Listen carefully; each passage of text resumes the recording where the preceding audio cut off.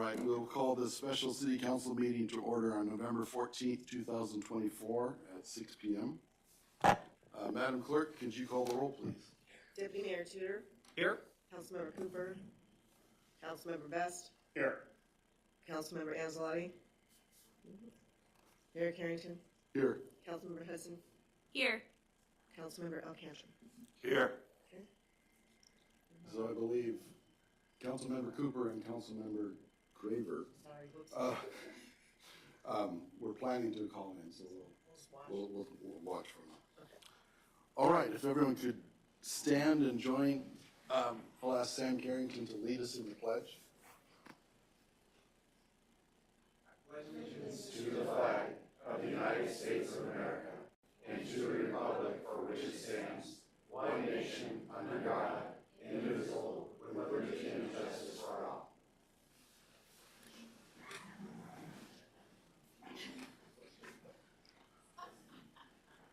So next is approval of the agenda. What's the wishes of the council? Move to approve. Second. All right. All right, moved and seconded. Madam Clerk, you want to call the roll, please? Councilmember Best. Yes. Mayor Carrington. Yes. Councilmember Hudson. Yes. Councilmember Alcantara. Yes. Deputy Mayor Tudor. Yes. Unanimous? All right. Next, we have new business. Mr. Manager, you've got your light on. Mr. Mayor, if I may, I'd like to say a few words before we begin. Okay, is that okay with council to allow the manager to say? Okay, sure, go ahead, sir. We'll relax the rules.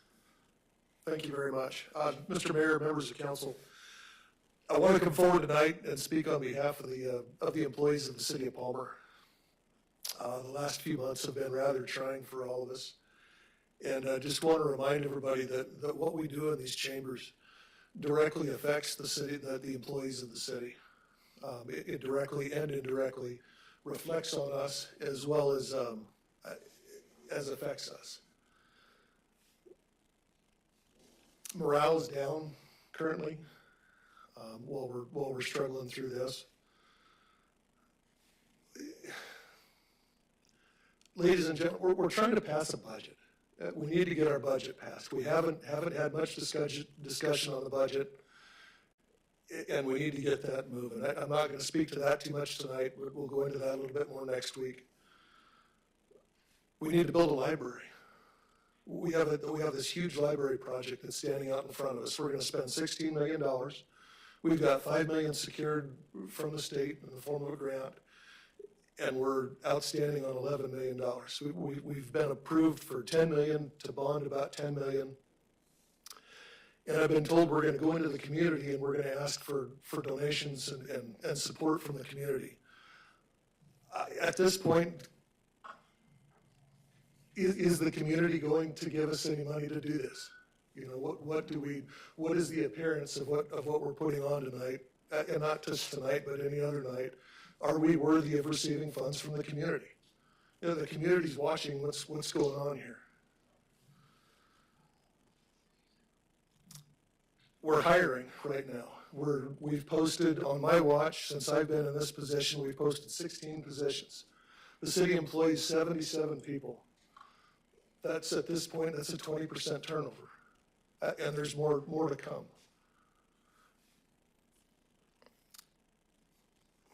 We're hiring for an HR director. We're hiring for a city manager. Very, very impactful positions. They're watching us. You know, all of your candidates for city managers should be watching our meetings. Are we going to get a quality manager with the way we're conducting business right now? Are we going to get an HR director that wants to come on board the city with what we're doing right now? I would just ask of you, dignity and respect, please. Dignity and respect. Everybody in front of this desk and everybody in this room and the audience is deserving of dignity and respect. And I would ask that we conduct these proceedings with professionalism and integrity. Please, from the employees of the city of Palmer, please, let's move forward. Let's move on. Thank you. All right, we have new business. Committee of the whole, action may be taken by the council after committee of the whole, and it's a review and discuss potential violations of Palmer Municipal Code 2.05.010, 2.05.040B2, and 2.14.020. What's the wishes of the council? We need a motion.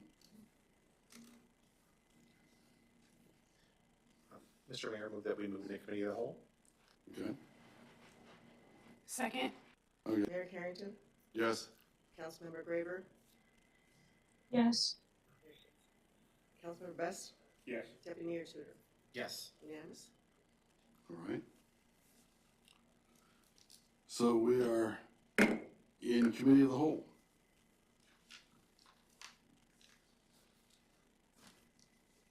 Councilmember Hudson.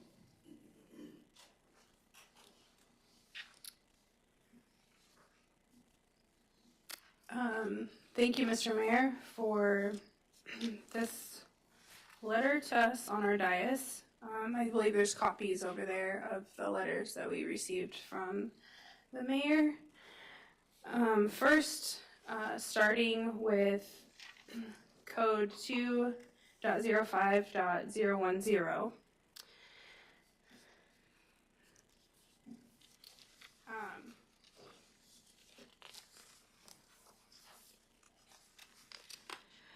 It's office established. It says the executive power in the city is vested in the mayor. The executive power means that the mayor acts as the ceremonial head of the city, executes official documents on authorization of the council, and is responsible for additional duties and powers prescribed by the charter or as 29.20 as Alaska statute 29.20 as necessarily applied to a home rule city with a manager form of government. The mayor did not have documents executed on authorization of this council. He was an outside attorney in contacting Scott Brent Erickson on 10/9/24. The email read, "Thank you, sir. I was wondering if it is possible for you to crank out a separation agreement between Stephen Jelly and the city of Palmer. He suggested that you may be able to crank one out easy enough. You can bill me at this address. I can send the contract if you'd like. Respectfully, Steve Carrington." First, I would like to point out that the mayor thanked Scott Brant Erickson. He thanked him for providing Joe Levesky's contact information. Just that is out of scope, as the mayor should have gone to our city attorney, Sarah, for the contact. And Sarah herself would have been the one to reach out to Joe Levesky as our legal advisor. The mayor wanted his contact information as he is our hearing officer, as the mayor knew he and Jelly were going against our city attorney's advice to not place Chief Shelton on leave, and that they would most likely need to bring in a hearing officer. The mayor brought forward an agreement from outside counsel without the authorization of this body. This is a direct violation of the code. To make matters worse, the mayor had already been presented with appropriate well-thought-out processes for the separation of the city and Stephen Jelly by Councilman Tudor and Councilwoman Graver for termination of convenience. But the mayor instead chose to allow personal biases and disputes to control his actions and use any other means to move forward. Even so far as to use paperwork provided by the man whom we were terminating himself. If someone is unfit to manage the city, why would we let them handle their own termination effectively? Only by the mismanagement by the mayor would this have happened. I believe this is a byproduct of authoritarianism by the mayor. The definition of execute has many definitions, one of them being the execution of a command or plan, which would be this agreement versus a termination of convenience. The legal definition would be that all necessary preparations of the document and having only the mayor and clerk sign the document is still unilateral execution. Telling me over email that the mayor initiated contact with this attorney before Stephen Jelly is not true. And allowing an attorney who had already been working with someone to be working with a plaintiff against that person is a conflict of interest. Additionally, excluding our legal team is considered negligence against our city.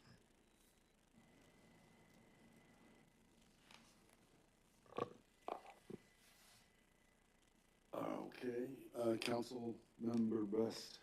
I guess I'll have to ask for the attorney's opinion on those statements.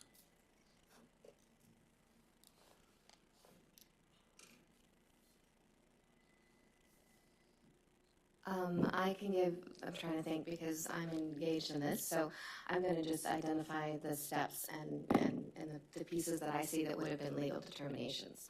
So, Mr. Mayor, Sorry, Councilman West. I'd like to clarify specifically what I'm asking for. understood? I would like to know your opinion on the statements that were just stated as to legal grounds on those statements. Not the processes. I want what the opinion that was just stated. I would like to know your legal opinion. So as to section, I believe that was referenced 2.05010, in terms of the power of the mayor does not have the power to execute any official documents without authority of the council. Hiring an outside counsel involves a contract, an engagement letter, and legal determinations to consult outside counsel. Those are official documents. If that's the scope of what you'd like to answer, I can do any follow-up questions. Councilman Best. Thank you, Mr. Mayor. Well, very specific allegations were just made that the mayor took action that he was not legally allowed to do. And so I'm asking, based off of the information that has been provided to you, all the information that you have, do you feel that the mayor has violated his authority? The mayor does not have the authority to execute any official documents without approval by city council. That's clarified in 2.050, and 2.0b says specifically the mayor shall not enter into contracts or agreements binding on the city. Follow up. Yes, Councilmember Best. Are there precedents that have been set forward that would allow for any of these actions to have gone into effect that would breach the authority of the mayor? Meaning, were contracts, have these processes been utilized before in the past? Involving the mayor making a decision to contact outside counsel and sign it? The administration, the city engaging in discussions with attorneys in the past? So to my knowledge, in terms of how the city attorney and the city engages with outside counsel, and I believe it was October of 2021, October 26th specifically, when Mr. Scott Brandt, who's a very competent attorney out of Ketchikan, was hired in conjunction with your city attorney, Michael Gaddy, and they presented to the council in 2021. Since I got hired on as city attorney in January of 2022, January 1st, I have not worked with any other city outside counsel other than when we have a lawsuit, and that is counsel that is hired by our insurance company in conjunction with asking me first, and I'm involved in those decisions as the general counsel. So as to your question, if there's precedent for the city attorney to be, in essence, bypassed and have another office hire city attorney, hire outside counsel, no, I don't see how. It states that the city attorney is the legal advisor for the city. So in the prior times when outside counsel in 2021 was brought on to review the recall, that was in conjunction and with knowledge of the city attorney as your general counsel. Okay, if I could interject here. So what I did ended up bringing an agreement to the council. I did not sign anything until the council looked at it and voted unanimously to use it. So, yeah, Mr. Manges. Councilmember Alcantara. Yeah, Mr. Mayor, I appreciate the letter that you put out, the boilerplate and the attorney. You know, Councilmember Hudson and I requested this meeting, and I find it interesting too that in the 111 pages of documents, there's about 32 pages that deal with things from way in the past with Jermaine Dunnigan and Owens and other law firms. I think you have to admit that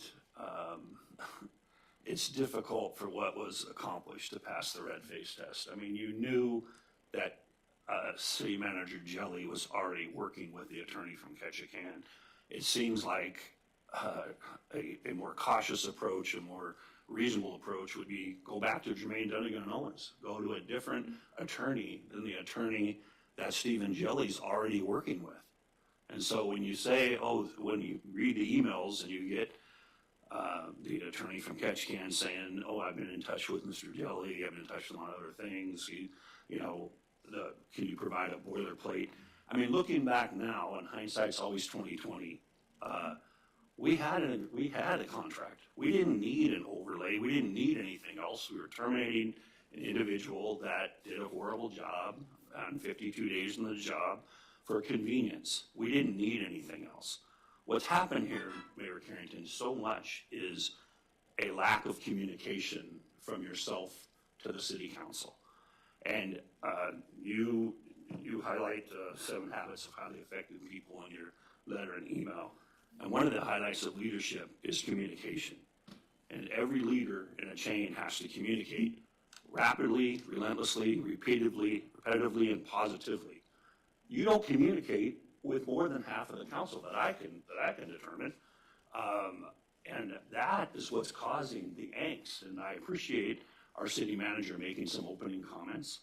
But the angst and the pressure of what's happening in city council is because you want to deal with 2 other council members and keep 4 other council members at what I would say is worse than arm's length.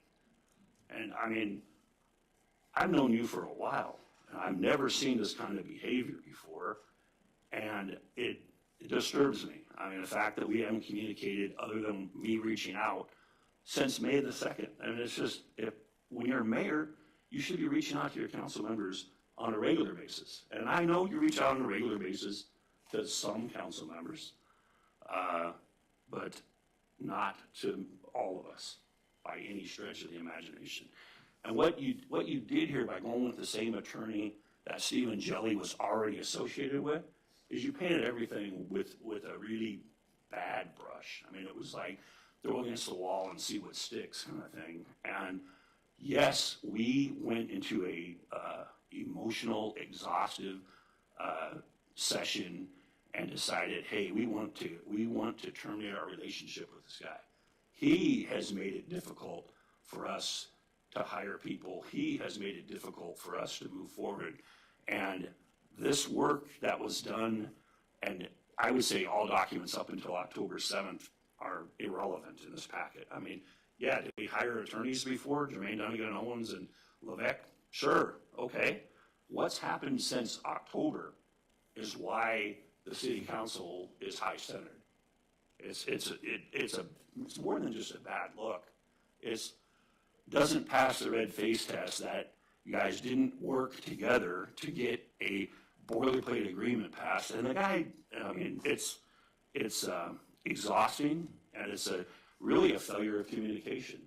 I mean, every week, at a minimum, every 2 weeks, and we supposedly meet every 2 weeks, you should be reaching out to council members and discussing with them and having ideas with them. Not just two people who are like, hey, let's do it the old-fashioned way that we've done it for the last 15 years. When things are going wrong, you have to change course. The definition of insanity is doing the same.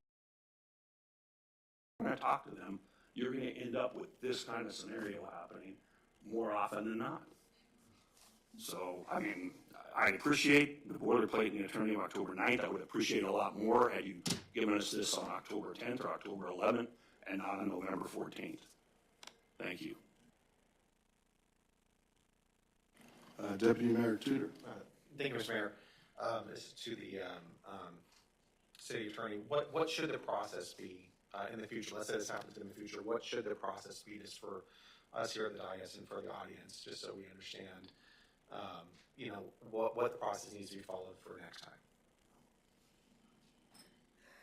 So to answer that question, it would help me to define to everybody what is a legal determination. So by making a determination that the city attorney is either incompetent or biased, or not neutral. That is a legal determination. The second step that would have been a legal determination is being like, we need to seek outside counsel. So you have the mental component, the intent, and then you have the actual action of seeking outside counsel. And then the legal determination of who the secondary outside counsel would be, that's also a legal determination. And then the fourth step in that component would be the deliberate, which is a legal action of choosing not to include one of the offices, whether that be the clerk's office, the manager's office, the city attorney's office, and deliberately not include them on any emails, text, awareness. I am, as hired by your city attorney, bound by the contract that I have for you, and that means that I have significant legal obligations to share with the council. I am judged on what I say and what I do not say in terms of giving you situational awareness. And that contract issues with me are dealt with in a performance review, which can be public and so forth. So the process for engaging, and then it's defined, my authority then is the city attorney's authority is defined by the scope of the contract, which is to engage and give advice to the city clerk's office, the city manager's office, the city council, and city staff. Those 4 items are all listed in there. So in the event that there are concerns, and certainly prior to Mr. Jelly, there was constant and consistent communication between the clerk's office, the city attorney's office, the city manager's office. We probably spoke multiple times a week. And there was a concern that, hey, you know, in the event of, I'll take Mr. Brandt in 2021's issue, there's something going on with the council. The city attorney is hired by the council. We don't want to have any appearance of conflict. Then you would task the city manager in conjunction with the city attorney or the city attorney to seek outside counsel. In situations of reason, that would be something I would prefer not to be associated with as the city attorney, and something I would fully advise and have advised this clerk's office. Yes, let's go out and reach that for a specialty nuanced attorney. But in that conjunction of that, they are communicating with me too. Like, here's the opinion. Like, there should not be a legal opinion existing on behalf of the city that your city attorney is not aware of. So that they'll send something and be like, as your general counsel, yes, this is our legal opinion, here you go. Councilmember Hudson. Thank you, Mr. Mayor. I would like to ask our city attorney another question really quickly. Sorry. Go ahead. Can I ask, right now with not having an HR and having an interim city manager, how does your pay get released to you currently? That's a somewhat challenging concept. So one of the frictions with the former city manager is he denied and threatened not to pay me until I changed my legal determinations, and so there is portions of that I have not been paid for at all. And then there has been internal delays by several weeks for other pay. So right now there's an invoice which I resubmitted to Mr. Dementi. Okay.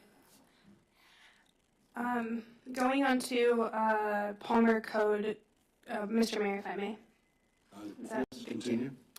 2.05.040B2, the mayor shall not enter into contracts or agreement binding on the city.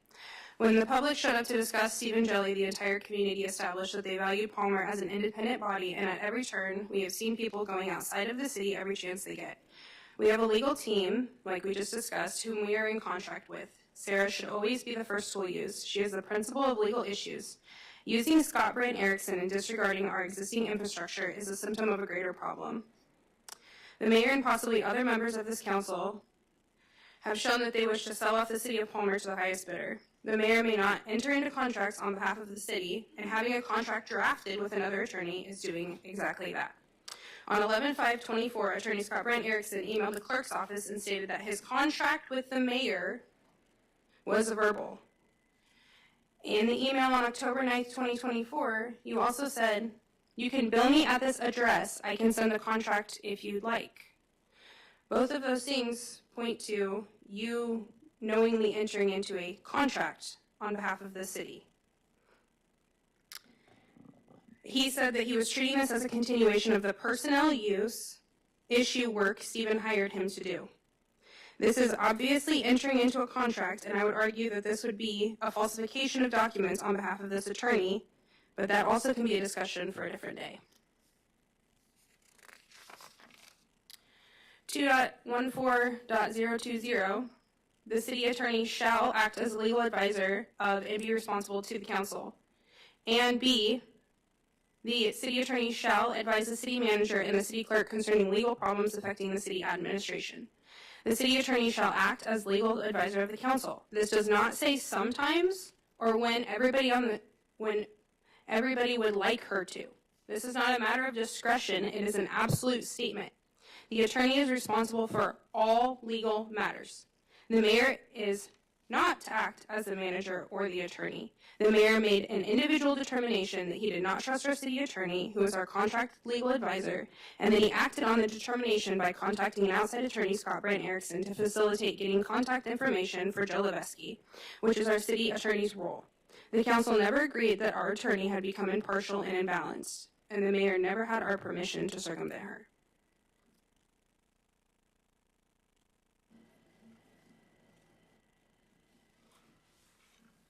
Councilmember Alcantara. Yeah, thank you, Mr. Mayor. Question for our city attorney. How much are you paid per hour? 205. 205. And my follow-up, Mr. Mayor, is that the Ketchikan attorney apparently bills out at about $295 an hour for his legal advice. And if I could pose a question for John, the city manager. We are now entered into an agreement with Birch Horton, Bittner, and Giroux for $375 an hour legal representation. Is that what I'm understanding from the document provided on page 101? Yes, sir. That was for a very specific purpose. And if I may, Okay. Thank you, John. I can offer, Mayor, I can offer clarification. Yes, go ahead, Madam Attorney. The city manager did let me know that in advance, and that was in conjunction to the reviewing of the deleted emails that you wanted, that the city council discussed. I was present within, and everyone agreed to give him the authority to do that, and he did it with my full knowledge and letting me know.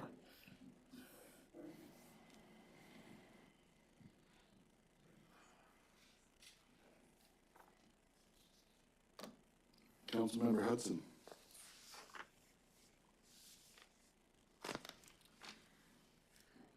Yes, thank you, Mr. Mayor.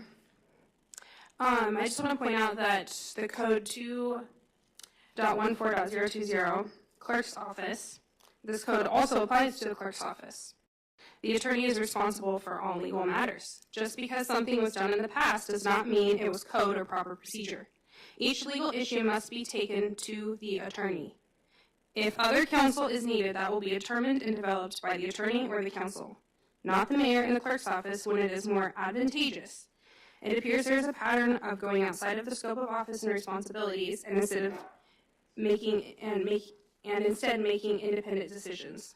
The clerk's office has referenced Alaska Statute 29.26.260, which states, A, an application for a recall petition shall be filed with the municipal clerk and must contain the signatures and residence addresses of at least 10 municipal voters who will sponsor the petition, the name and address of the contact person and an alternate to whom all correspondence relating to the petition may be sent, and 3, a statement in 200 words or less of the grounds for recall stated with particularity. In Alaska Statute 29.26.270, which states, A, if the municipal clerk determines that an application for a recall petition meets the requirements of Alaska Statute 29.26.260, then the clerk shall prepare a recall petition.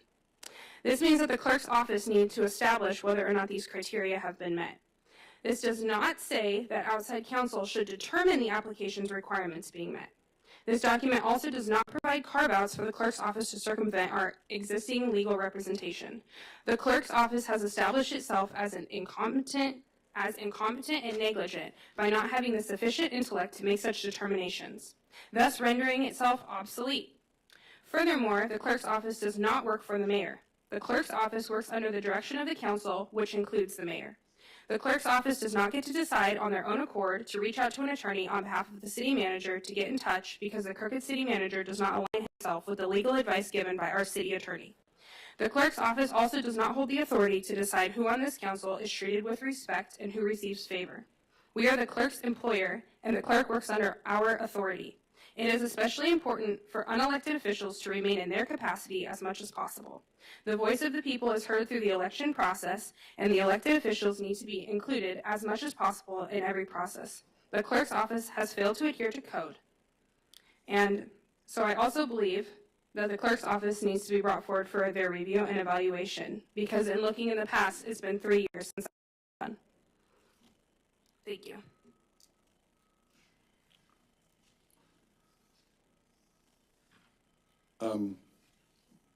Madam Clerk, do we have you on the schedule for an evaluation Next month, yes. in December? Okay. Madam Attorney, Sarah. Oh, my apologies. Oh, okay.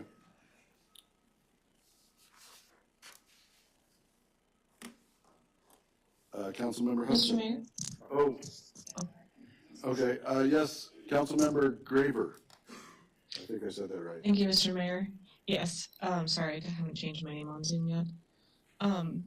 Thank you. First, I want to just apologize. I was not at the meeting on Tuesday. We had a family emergency, so that's also why I'm calling in today. I just had a question about the attorney's pay. And I don't know if this is a question for the manager or yourself. Is there a reason that that's being held up? And if possible, can we just fast track that process so that she gets paid? Because I'm sure, like all of us, she has bills to pay. So I don't know if that's directed to the manager or yourself. Mr. Manager? I've just received the invoices and we'll move forward with them. Thank you. Okay. Deputy Mayor Tudor. Thank you, Mr. Mayor. Just so I can understand, why, what was the holdup with that? Were they held up somewhere with the city? I'm just trying to figure out why it's taken so long. I don't want to in any way throw John under the bus for that, or the assumption for that.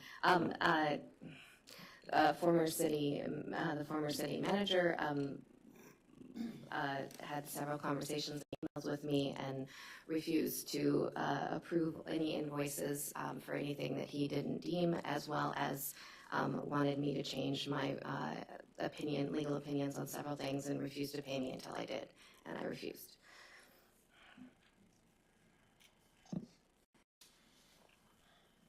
Councilmember Hudson. Yes, thank you, Mr. Mayor. I also wanted to ask Mr. Mayor, council meeting 2 regular meetings ago, the council had voted to make sure that the chain of custody was followed regarding any FOIAs or document requests or anything, and we got a message from our city manager that the thumb drive was ready to pick up in his office, and when I came in, somebody from this office that isn't in the chain of custody was handing those out. I was wondering who in the city hall approved for that person to be handing those out. That was Mr. me. Manager. That was me. I approved that. That was the emails that were released on the thumb drive were redacted and available for public consumption, which is the reason why that they were passed out in the way they did. The other emails, the unredacted portion of those emails, as well as the other emails that were determined to be contain privileged information, were provided to the city attorney for her to share with you in whatever way that she felt was necessary. Councilmember Hudson. If I may, so I guess this is just a good reminder because when we voted, I said this would mean only allowing the clerk, the city clerk, the deputy clerk, and the attorney to handle documents as well as distribute these documents.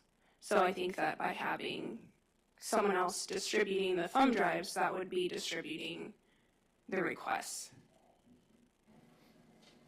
My apologies. My understanding was the direction that I was directed to gather these emails and distribute them. Councilmember Hudson.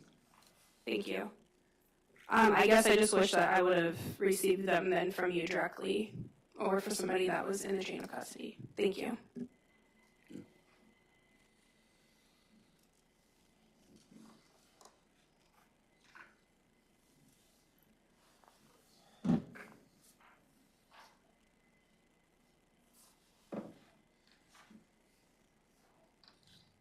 Mr. Mayor? Yes, Councilmember Graver. Thank you, Mr. Mayor. Considering what Councilman Hudson just brought up, is the person or individual currently doing HR work, do they have the certifications and qualifications that are necessary based on employment law to work in that capacity? Or I guess I'm just curious about that, and if there's a possibility that maybe the city attorney could take a look at code and what the process would be to have HR contracted directly for the council. I mean, we're in committee of the whole, so obviously we can't make action right now, but that's just a thought that I had. And Mr. Manager. Obviously, we don't have HR, and I am performing the functions of HR at this point in conjunction with the city manager's executive assistant, Kristen. And we're doing the best we can to go forward. I do have through the Alaska Municipal League, I am in the process of trying to contract an HR for the short term to cover our HR deficiency at the moment. Thank you. I'm just in the same vein of what Councilman Hudson was mentioning. I'm just concerned that those documents and sensitive items should for sure be handled by someone who has those qualifications, because I don't want that to be a liability for the city.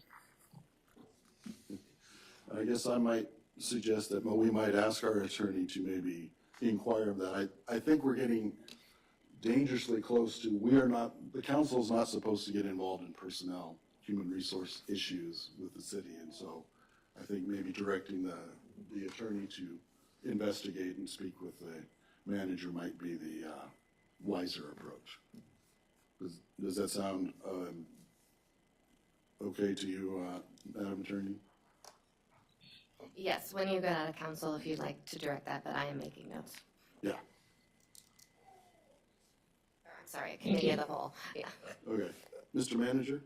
And I just do want to point out that the process for a public information request is to give that request to the department, and the department determines how to fulfill that request. That requires. Thank you. Councilmember Hudson. Thank you. Madam Attorney, is there clearance that somebody that's acting in HR has to have to be able to be acting in HR? I would need to confirm that, but that's something that after council of the whole, if you task me, I can come back with and work with the city manager on. Okay, thank you so much. Councilmember Alcantara. Yeah, thank you, Mr. Mayor. I don't know if I can ask the city manager this question, but I'll ask it and see if it's out of bounds. But because you mentioned in your opening comments about the library funding, and you only mentioned the $5 million from the state, are there any updates on the insurance settlement at all? Because I mean, that's either a 1.8 or $3.7 million add-on to the money that we are going to have available. If you can answer that, it'd be great. I have no updates from, Point of order. It's not on the agenda. It's not germane to discussion.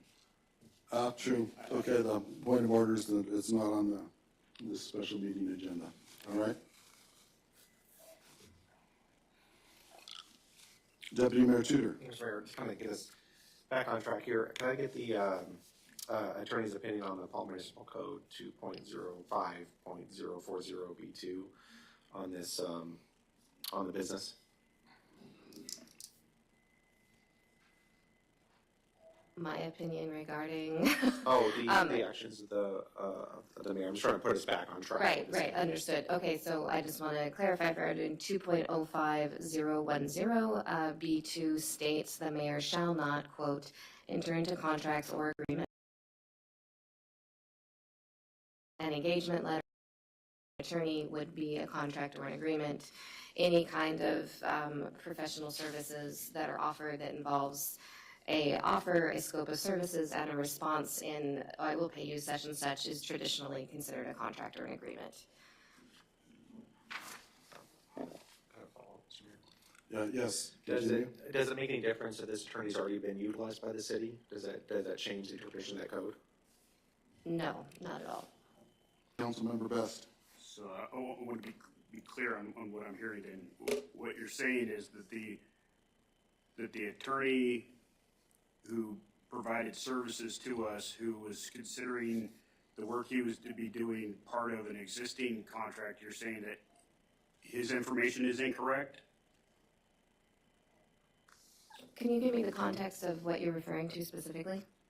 Well, my understanding of the letter was that with the communication with the outside attorney, that he considered his work to be part of a pre-existing contract, and that's what he was going to bill it under. So I believe in our agenda packet, and I have to look that up, there is a engagement letter with Keene and Curl for the services provided by Mr. Scott Brandt. An engagement letter involves the scope of services, defines what an attorney would offer you, what you're paying for, and the charges, and then it's signed. That is traditionally an agreement, yes.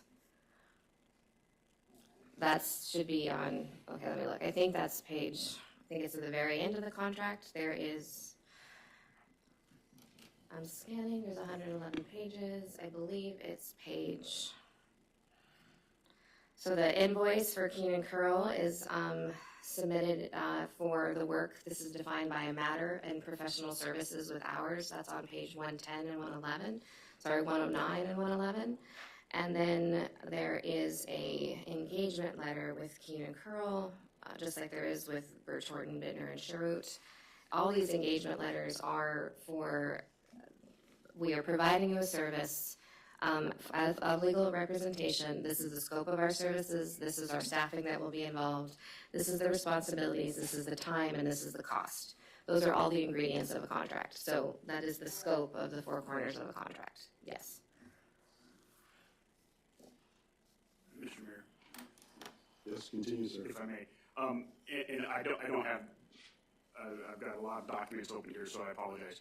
But I was going off of the previous comments that were made, that the attorney was billing us for the work for that boilerplate under a previous contract. And either what I'm saying is either he's incorrect in his billing, or the contract interpretation, or the two of yours differing legal opinions of what this work was and how it should be billed. And I'm just trying to get clarification. Yes, sir. So I think the miscommunication might be in what you're referring to, as he said, the previous contract. What I'm analyzing is on page 82 of the packet. We have an attorney-client fee contract. That's the name of it, from Keene and Curl. It is signed by the clerk and dated October 22nd. Then we have a letter from the Ketchikan Attorney's Office saying that with the mayor they had a verbal contract, And then we have an invoice on page 109 that includes the communications with the former city manager as a matter, the communications with the mayor as a matter, as a separate charge, and the communications with the city clerk's office as a separate matter. All three of those are billed under separate matters under professional services, and that would fall underneath the attorney-client contract that he has. So all three of those were part of a matter of a pre-existing contract, is what you're saying? No, I'm saying it was that we have an engagement letter dated. He referred to a verbal contract that he had, and then there was fees associated with. So you could, if you wanted to separate the specifics, when the mayor contacted on the 9th, that was the understanding. That's based on what I'm reading into what the other attorney said, that's a verbal contract that then he followed up and did an invoice on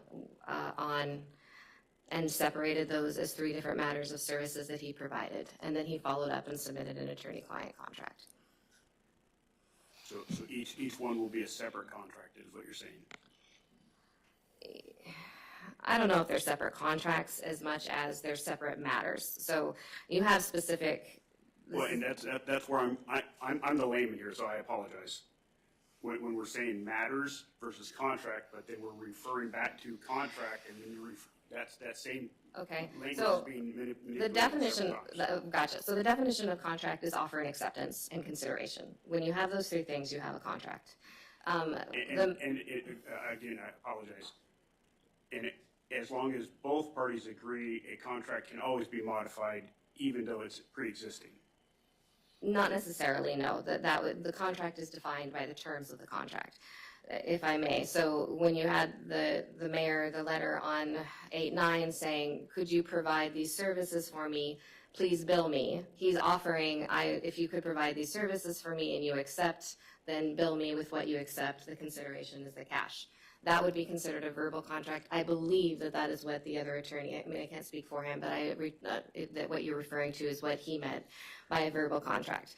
The city of Palmer has not worked with Mr. Scott Bryant. For the last time they worked with him is in 2021. So I doubt there was an open-ended contract with him from 2021 that has been open till 2024 that he suddenly is defining. Thank you.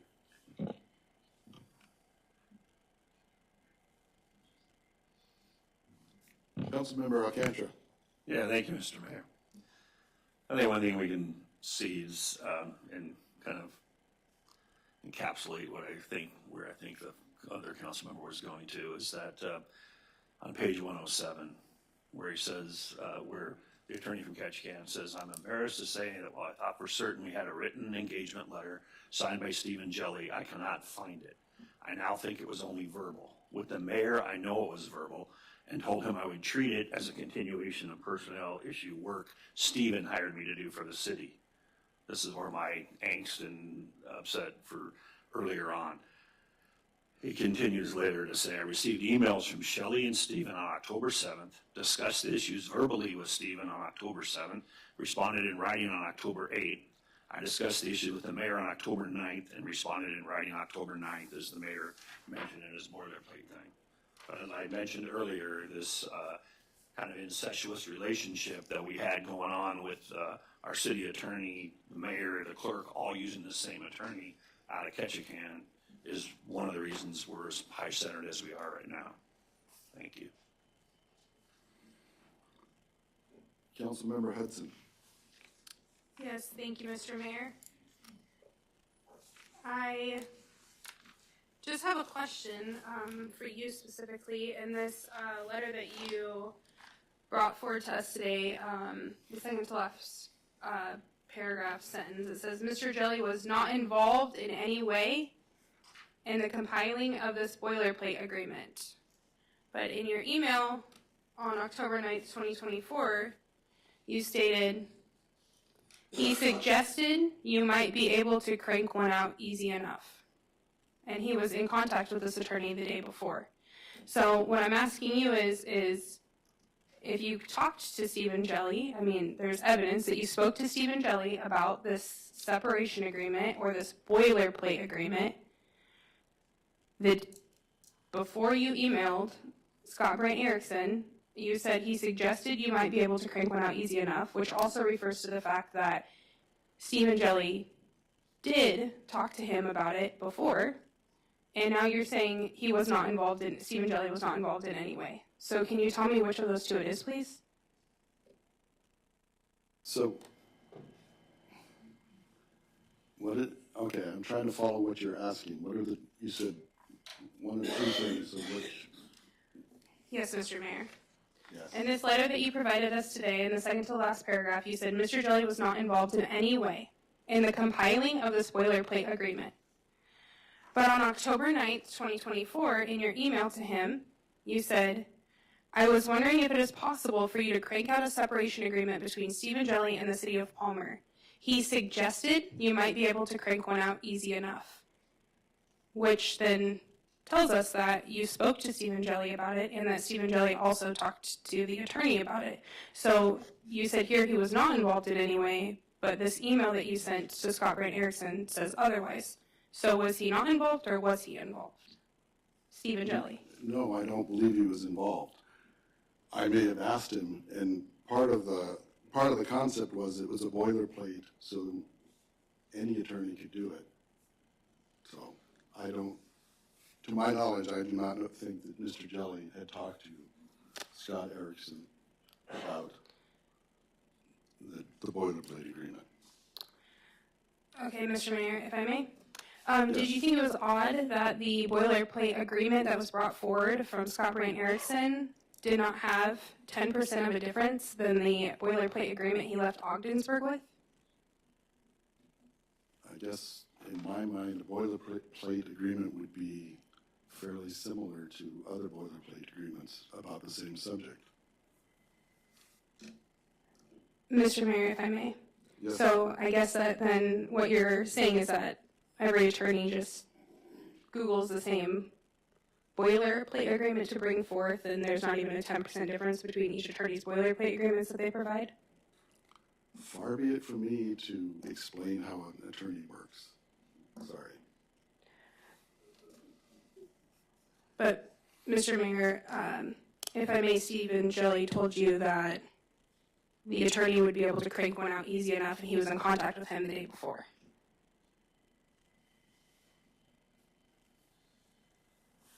Yes, I didn't realize that when I contacted Scott. It was when I was talking with him, I realized that. Okay, but Mr. Mayor, in your first email to him, you said that Stephen Jelly suggested he might be able to crank one out easy enough.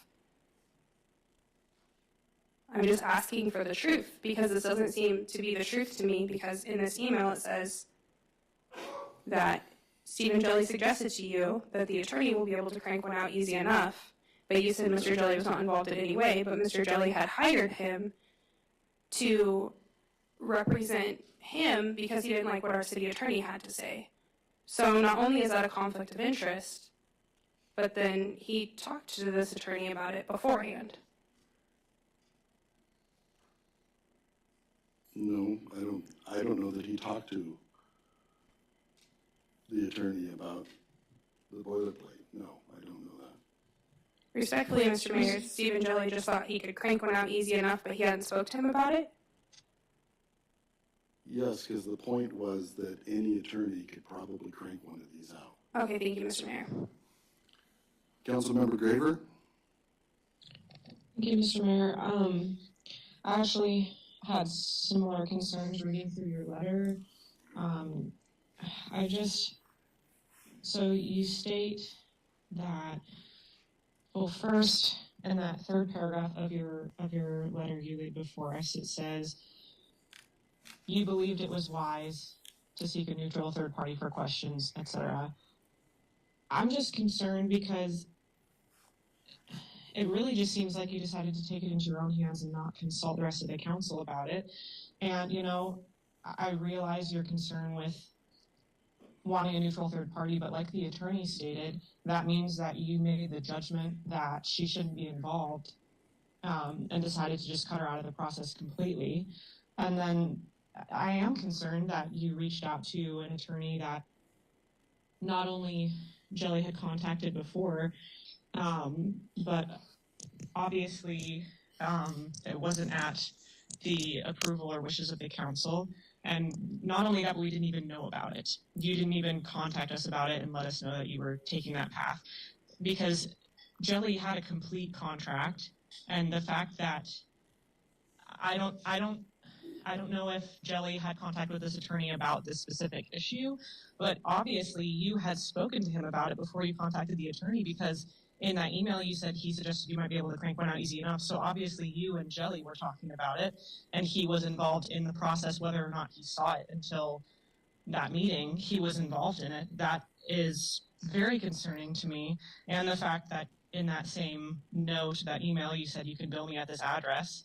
And if I'm not mistaken, that was the city. So the city paid for this, and our attorney can't necessarily straight up say it's a contract, but it is. It is. It falls under exactly what a contract is, whether or not it's labeled that way.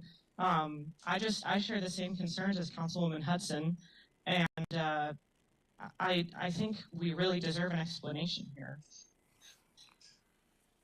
So on the 9th, I was essentially embarrassed from the night before of the behavior of our city manager and the city attorney, and felt I wanted to get a neutral opinion about this. And knowing that there was only hours before the meeting, I contacted someone that I had a number for, and frankly went forward in a limited time frame. Probably wasn't the wisest, but that, my intent was to come up with a simple agreement that could be in writing to give to the council, which we all looked at, we all voted on and used. So, I mean, that was my intent, and that's what I did. Now, maybe the method I did was not proper procedure, but it was an unusual circumstance for me, at least.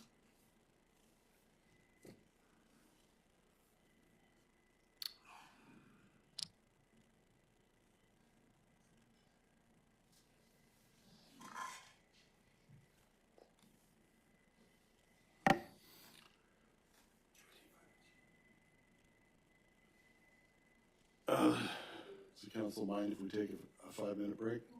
That's fine. Okay, let's take a 5-minute break.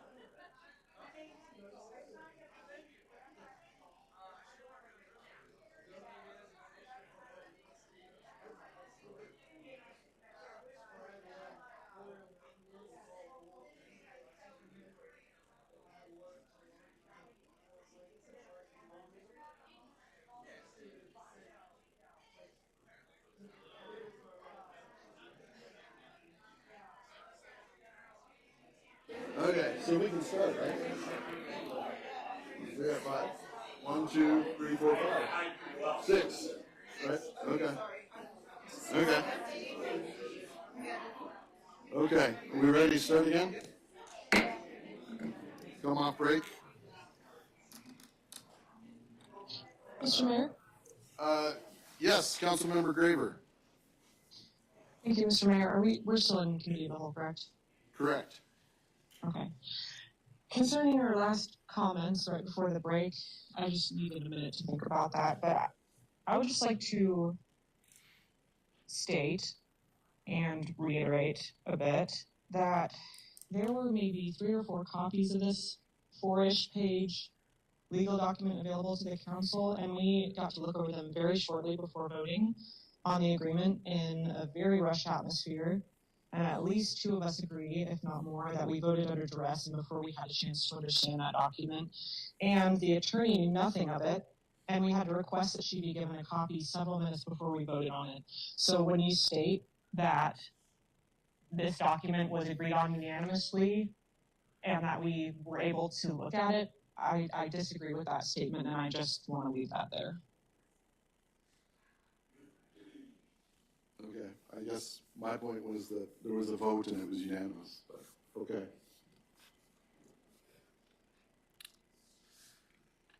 Councilmember Hudson. In your statement before the break, you said that the attorney's actions, I believe is the word you used, or behavior, caused you to seek outside counsel for this agreement. Can you tell me how you think that her statement, how that made her biased, please?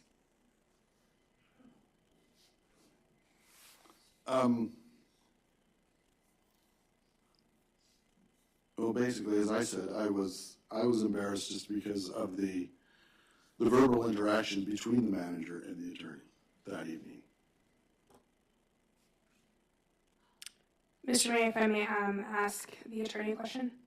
Sure. Madam Attorney, what does it say in your contract about, about this interaction or the statement that you made?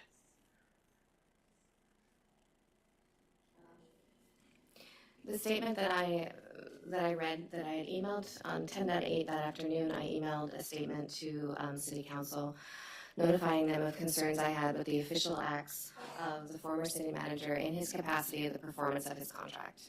I have a contract that the scope of it is to be your legal advisor. I am judged on what I say and what I do not say, that I need to engage with the city clerk, the mayor, the city council, the city manager, and all city staff in the scope of it. Also in our ethics form, the last sentence of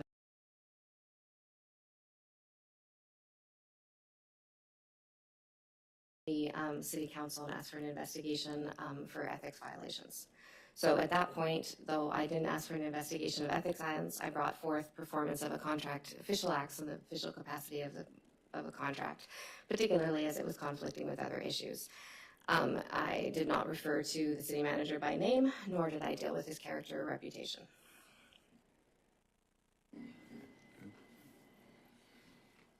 Councilmember Hudson. I also want to piggyback off of what Carlina said about the vote that we took when we exited executive session.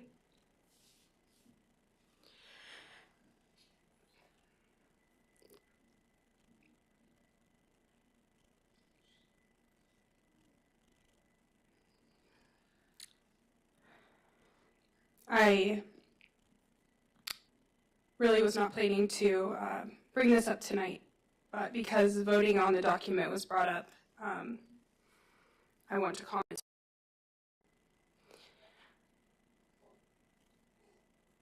As the mayor in executive session, you failed to protect the women that sit behind this dais. You failed to intervene.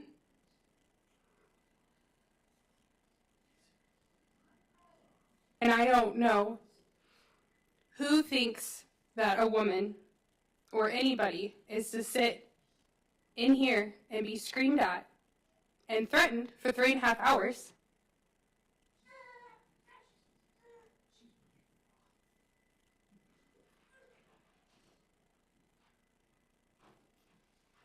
For 3.5 hours. And then just want to get out of the room. So we agree to it after we've seen it for 2 minutes. There's 3 copies of it. I voted for that under duress, and I will not go back on that statement. So to bring up the fact that it was voted on and we all agreed on it, yeah, to get out of the room.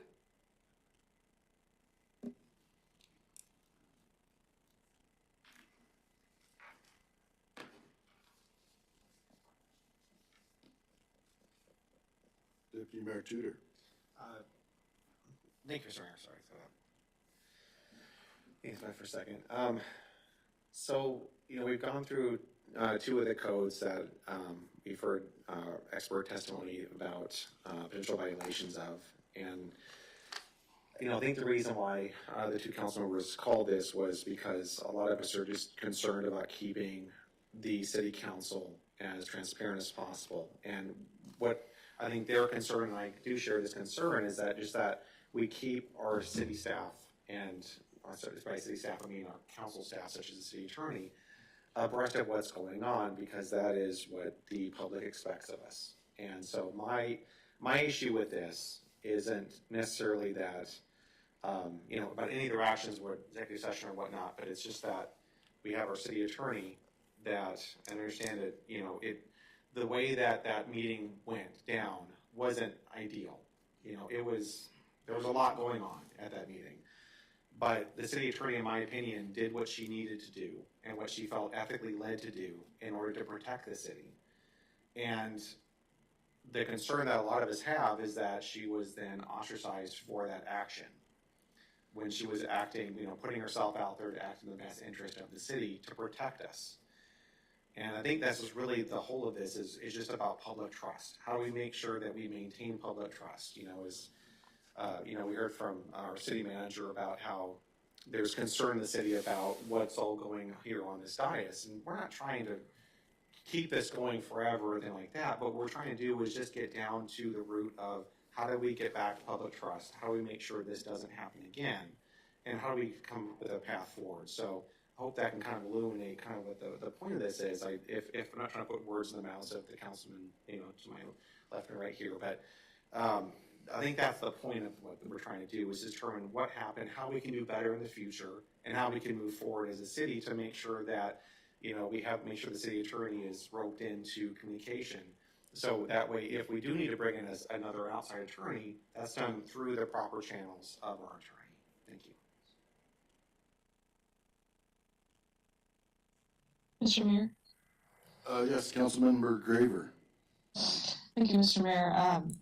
I just want to thank Deputy Mayor Tudor. I completely agree, and I would also like to point out that I believe it's in the Code of Ethics that we have all signed that it is the duty of the attorney to bring forward concerns that they have to the mayor and the council, and that if that's exactly what our attorney did, and so if we are going to investigate our staff or our attorney based on the fact that they brought concerns forth to us, that is not only a very bad look, that's retaliation and brings liability on the city, and it's wrong. And I totally agree with the deputy mayor.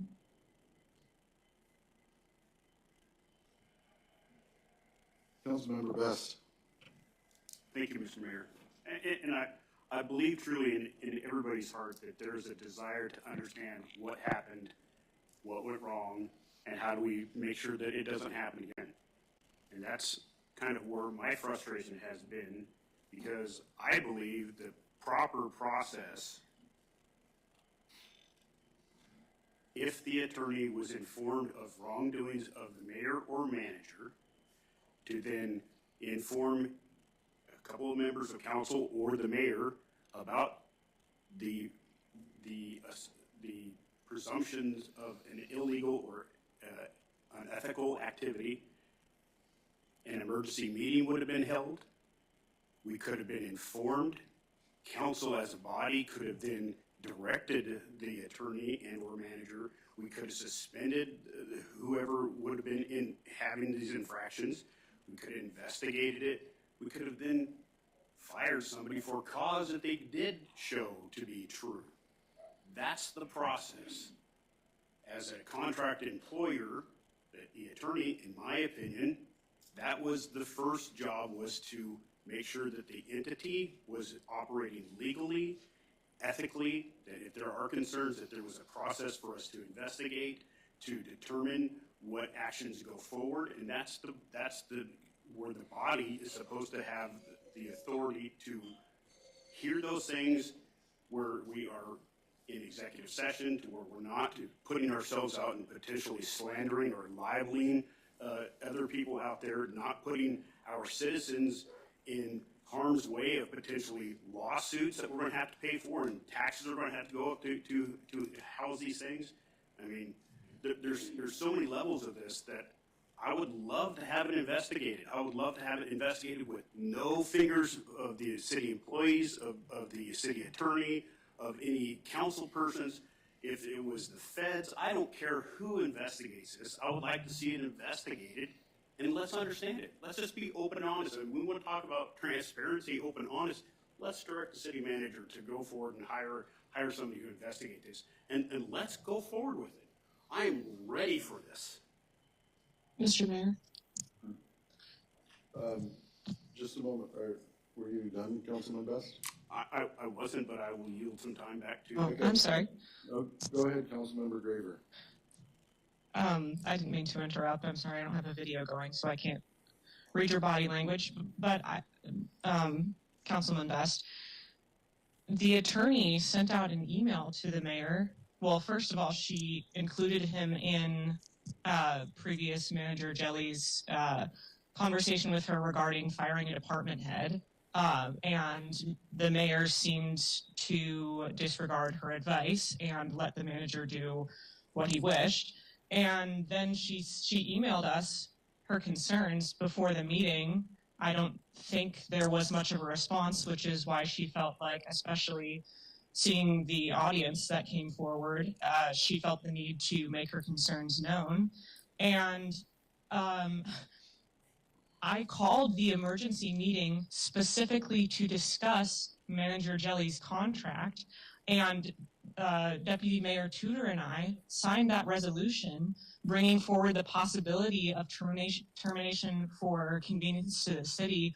We didn't bring that forward to just automatically fire him. We brought that forward so that the council would have an opportunity, because when you put something on the agenda, it has to be notified a certain amount of time in advance. And so that's why we put that forward. The whole object of that emergency meeting was specifically what you just stated, that we were going to look into Manager Jelly's actions and see if we could get to the bottom of what was going on. And instead, we went straight into executive session after Manager Jelly had the opportunity to completely slander our attorney and basically, without saying as much, call every whistleblower a liar. And they didn't even have the chance to substantiate their claims. And then we went straight into executive session, and instead of getting to the bottom of what had gone on, I didn't hear you ask him a single question. And we went straight into a trial of what we'd done wrong. And that's exactly what happened, and it's not what we asked for. And I was all for doing exactly what you just suggested, but that did not happen. And we're doing our best to move forward from this, but I am not for an investigation of our staff or attorney at this point, because based on that document that we signed, the boilerplate agreement, we cannot sue Jelly for anything. So what is the point of an investigation now, except to go after our staff and the whistleblowers? Councilman Best. Again, I'm not saying that there was any wrongdoing by any employee or our attorney. I'm saying it should be investigated. And I'm not stating anything about what happened in executive session or didn't happen in executive session. I'm saying it needs to be investigated. And if we are unwilling to be transparent at that level, then we're not being transparent. Mr. Mayor. Councilmember Grader. Thank you, Mr. Mayor. I'm not opposed to transparency or to an investigation, but I'm saying, what is the motive at this point? Because we can't do anything as far as legal action against Jeff at this point. So my understanding.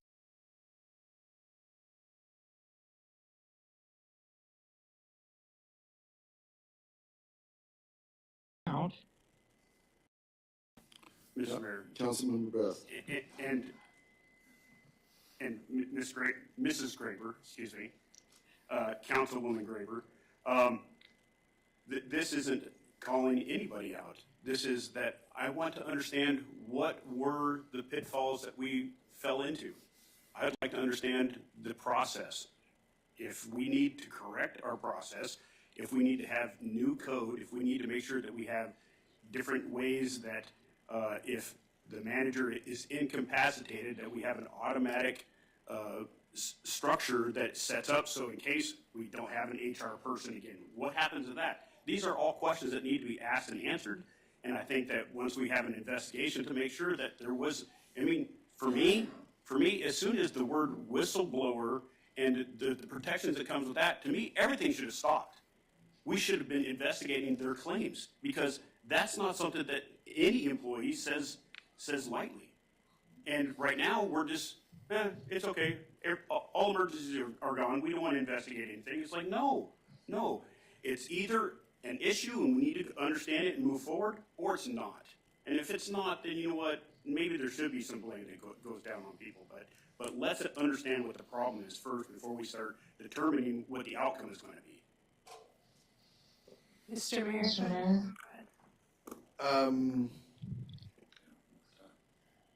Councilmember Hudson. So, I think, Councilman Best, regarding you bringing up the investigation, so I think maybe if I break this down, then it will be easier to digest. So, the whistleblowers come forward to us at the meeting, my first meeting, which in code, it says, in the code of ethics, it says, council members shall consider their decisions on merit, substance, and public testimony of the matter at hand. Okay? Well, I believe that that's what our city attorney did.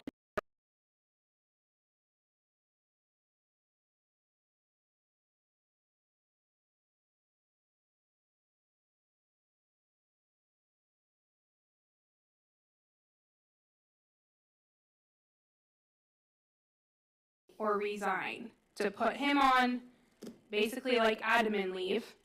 That is when we would have decided outside of executive session to have an investigation while he's on admin leave to investigate. Then we would have gone to our attorney, Sarah Heath, and she would have reached out to an investigator or another attorney, and then they would have come in and they would have investigated the situation, and then we would have had reason to terminate him without giving him money, or to then still say, it's still not working out, but we don't have a reason, but these other people aren't doing what they're supposed to do. There would have been an investigation, is what I'm trying to say.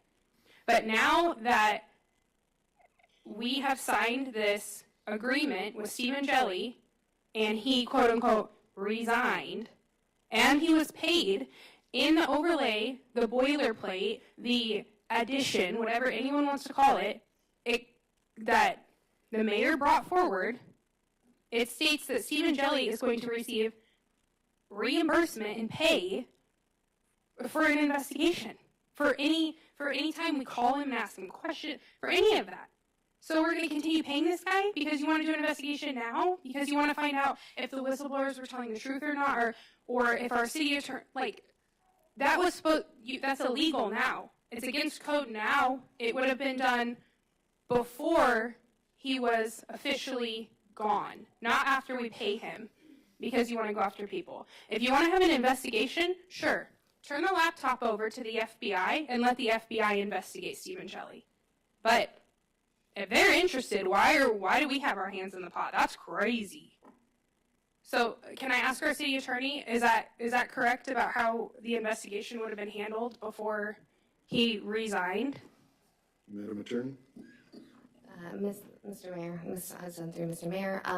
So in terms of, you mentioned illegality and the process. So the process, if there was going to be an investigation, and I had gotten some referrals from other municipal attorneys prior to the meeting on the 9th, then that would be an analysis of whether or not it would be termination for cause, termination for convenience. Based on the August 6th contract, there was 3 ways to terminate. That was the original contract. Based on that, if there was termination for cause, then there would not have been a severance package in place. That would have been done by, my suggestion would have been an employment law expert on that, and that's someone that's specific and nuanced in that area. That time has closed. The city of Palmer has a contract that says that we cannot sue. That was in the second drafted contract presented by the mayor, that you cannot sue Mr. Jelly for any reasons known or unknown. And that was signed. In terms of, you mentioned illegality, it is against the city council's ethics code for them to for the city council to criticize an individual employee or to target employees. Employees are administrative, and that is an administrative issue. City Code Section 4.50 is the protections and the processes built in for our city employees. So that is, there's a separation between City Council provides policy and handles the policy. The implementation of the administrative is the authority of the city manager. They produce the product. The city clerk's office protects the process and the legalities. That's how the pieces go. So section 4.50, all of that, and 4.40 is the processes for grievances by staff, disciplinary action, termination, and so forth. So those are issues that if that was to be done, that would be a city manager call, their supervisor's call. There's a charging document then is investigated, prepared against any individual employee. And then they would put together if there's disciplinary action on what they've done and so forth, and that's done internally with HR. I, as your city attorney, just like the city clerk and the city manager, am a contractor. So if you have concerns regarding mine, that should all come out in a performance review. Okay. Councilmember Hudson? So also going off of that, if we were going to consider an investigation at this point, first of all, it would need to be brought forward in a resolution or an action item that is public, and then the public would be able to offer comments clearly. And it also needs to be clearly stating who is to be investigated, why they are being investigated, a charging document, how much the estimate will cost us, who can bid for the investigation, and everybody's just, when we ask, Councilmember Best, when we ask you, who are you on, is it the whistleblowers, is it just everybody. So we're gonna start with one person, and that's gonna be $1,000, and then another person, and then $1,000, and then another person. I mean, turn it over to the FBI. We are the city council.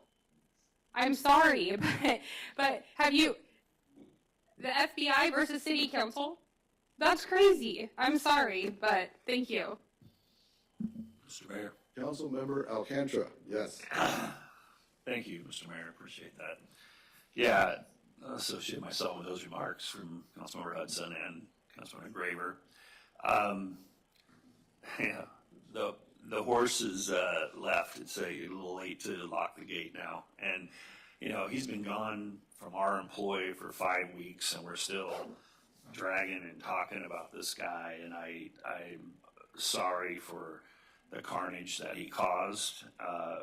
If I could turn back the clock 3 to 6 months, we never had any issues with our city attorney. We never had any issues with our 25-year police officer chief. We never had any issues at all. So why on earth would we go forward and not only to spend the money, but why on earth would we go forward and try to, see what possibly some missteps may have occurred by staff that we had no issues with ever preceding this individual being employed by the city of Palmer for 53 days.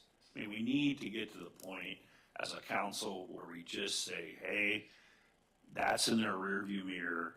We can't, I know there's trauma, and I apologize again to council members Hudson and Graver for not doing more during executive session, because that was a brutal 3.5 hours, and I feel for everybody that was there, especially the two that I mentioned. I think, in the horse analogy again, beat the Stephen Jelly horse to death already. We gave him $102,000, including health insurance, to leave after 53 days. Let's move forward, and as our city manager mentioned earlier, let's move forward and try to prove that, hey, we can work together. 3 and 6 months ago, we had, there was an occasional 6-1 vote, like when I got voted down of $8 million library bond instead of $10 million. There's occasional votes, 5-2, 6-1. There was a whole bunch of 7-0 votes in a council that was moving forward. He came to town, started spreading a bunch of lies about how poor Palmer was and how bankrupt we were going to be, and all of a sudden now we're at a point where we can't apparently get council business done. So I think any further investigations of our employees is I actually went to Salem last week. It would be a witch hunt of epic proportions, and I think it doesn't need to even exist. Thank you. Deputy Mayor Tudor. Thank you, Mr. Mayor. Yeah, I just wanted to mirror those comments about, that's kind of my fear of the investigation is, the language used on the agenda is an investigation of previous administrative interaction with city staff and city attorney. And to me, that means that we're going to be investigating the city staff, which we can't legally do. So it may be out of an excess of caution, but that's what worries me. But going back, because I think we're getting a little sidetracked here, going back to what's on the agenda, I was just hoping to see if we could direct the council back to the Palm Municipal Code 2.14.020 to see if there's any wrong doing with that, or just wanted to kind of redirect us a little bit. Councilmember Hudson.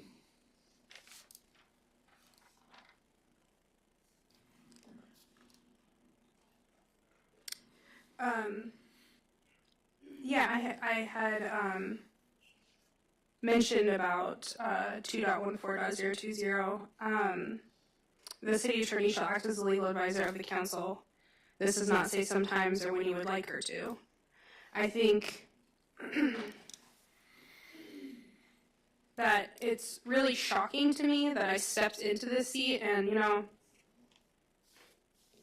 I have taken a lot of criticism and judgment for just stepping in here and going into a 3.5-hour executive session in front of Stephen Jelly with hardly any defense, and then literally thrown into the lion's den of what has been going on here.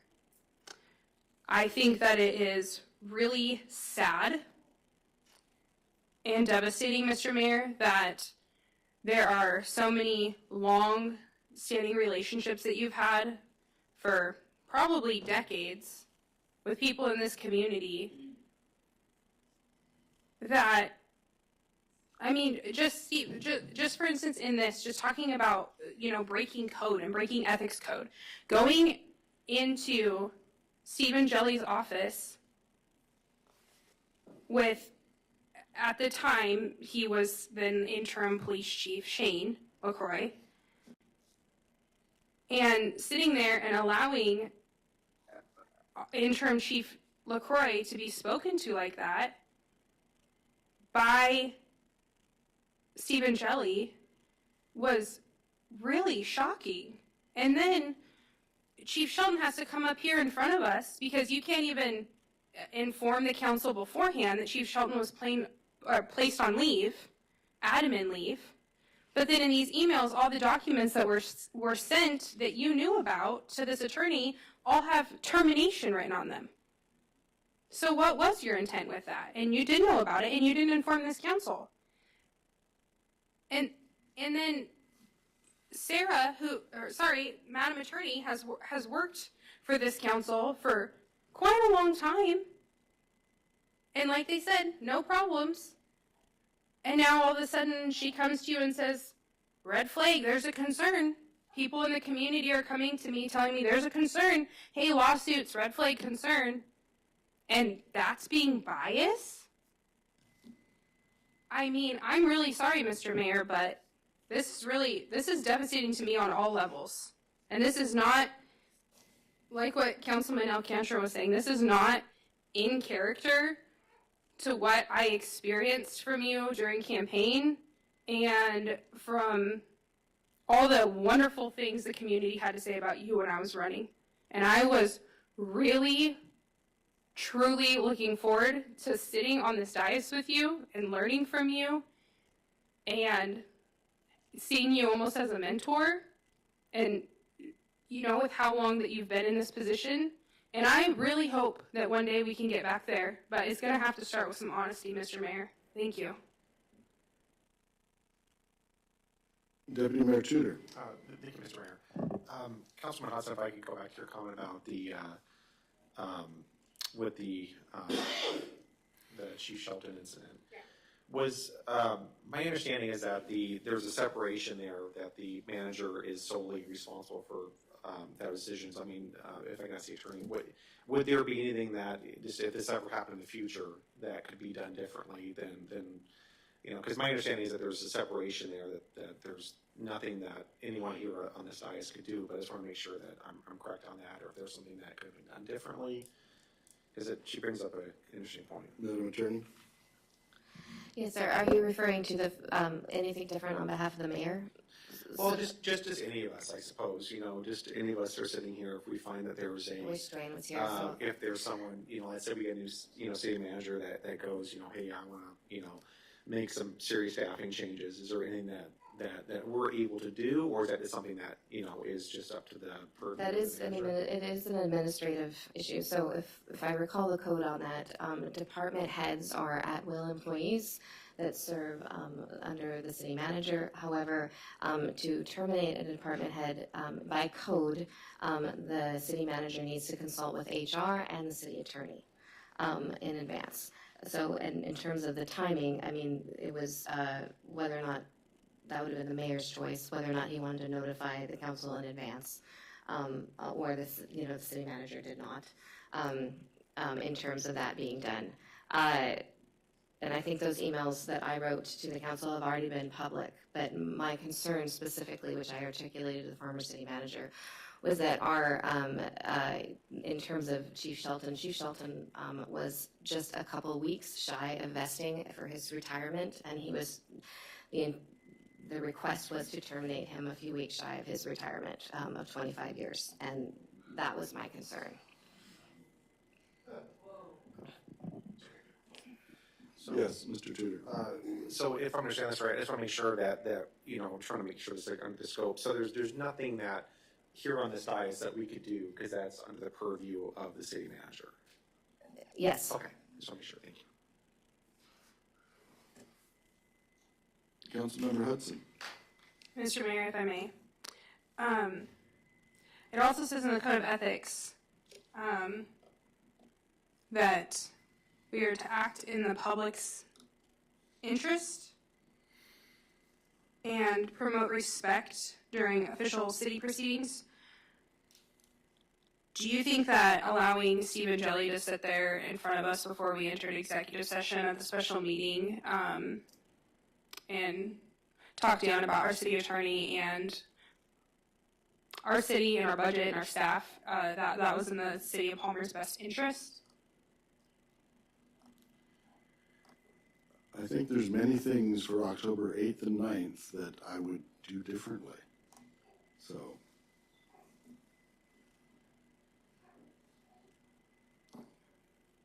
And as far as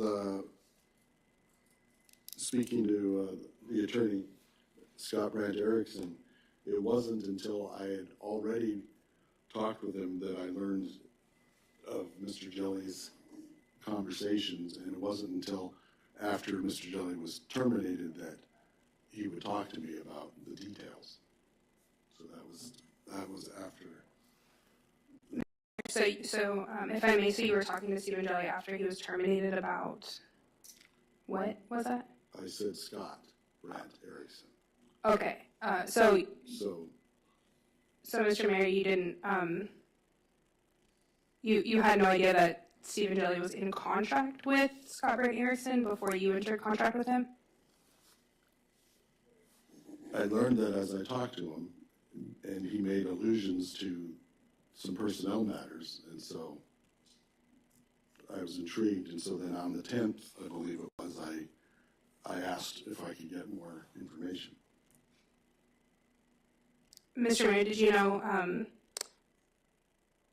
that Stephen Jelly was in contact with Scott Brant Erickson regarding the termination or admin leave that our chief was placed under? That was outside the scope for him to go to her because he didn't like what our city attorney had to say? I didn't know of it, but I knew that Mr. Jelly was having difficulties with his relationship with the chief. And part of my response to that, and as I did for a couple months, it was always trying to give some kind of advice and recommendations to him. So part of what I explained to Mr. Jelly was that, hey, we're a small town. We often promote from within. And so when you promote from within, people don't have as much experience as you get when you hire for someone from outside. So that means the leadership needs to make sure that there's training, that there's, good skills imparted to them, as well as direction that is clear to them. That was so I knew there was an issue there, and that was my solution, was to try to give him a recommendation. Okay, so Mr. Mayor, if you didn't know that he was planning on doing this with the chief, then why did you ask Scott Brant Erickson for Joe Levesky's contact information?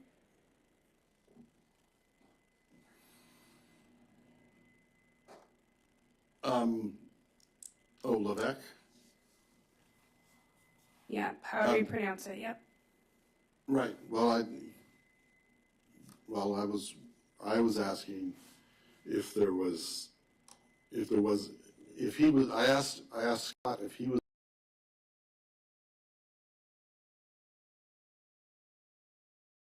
So he offered Joe Levesque's information. Mr. Mayor, if I may, Yes. did you know that the city has used him as a hearing officer, as an impartial body when somebody is terminated or believes they were wrongfully terminated from the city? No, the name Levesque was familiar, but I didn't know why. Okay, thank you, Mr. Mayor. Okay.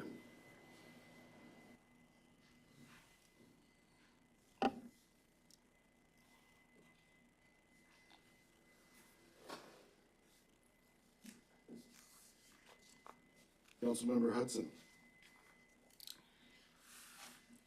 Yes, thank you, Mr. Mayor. I would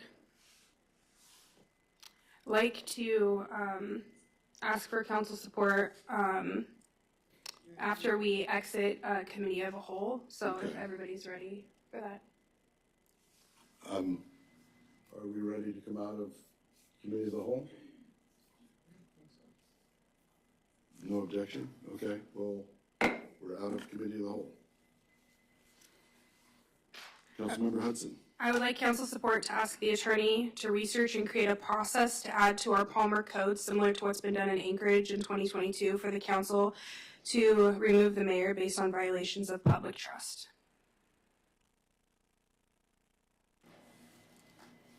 Second.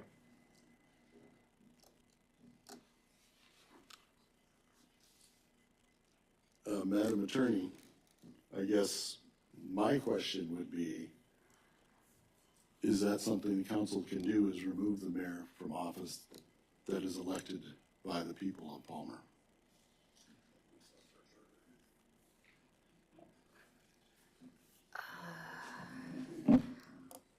Well, that is something I would need to research. Right now, I know that by statute, there's a recall process for an elected official, and we have the office of the mayor has specific terms in code on how the mayor can, how the council can accept the mayor transitioning out, and there's a whole set of reasons for that. But to go to the request for council support as a home rule, I believe council support just takes two to task the city attorney or the city manager to do something specific. Then that would be something that I would need to draft and document and have all the pros and cons and whether or not we can even do it to present to the council as a whole, which isn't something that they would have time to review, discuss, and vote on whether or not that's even a viable option.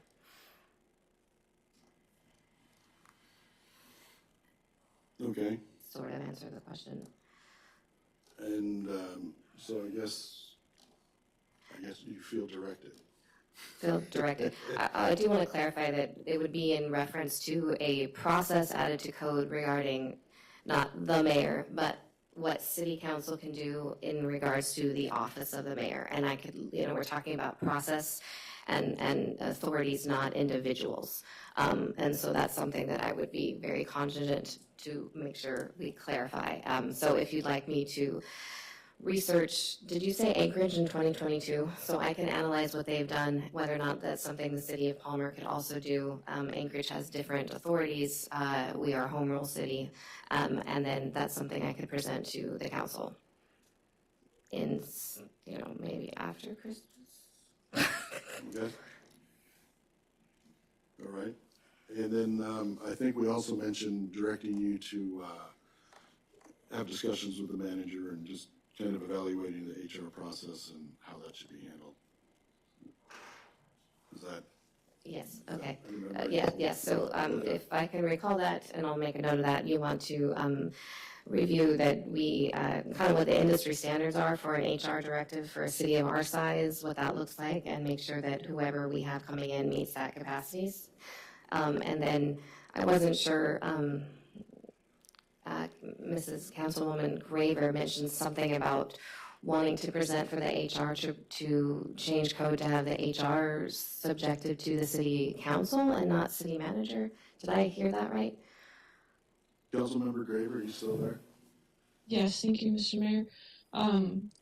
Yes, I'm just curious about that, if that's a possibility for us. Thank you.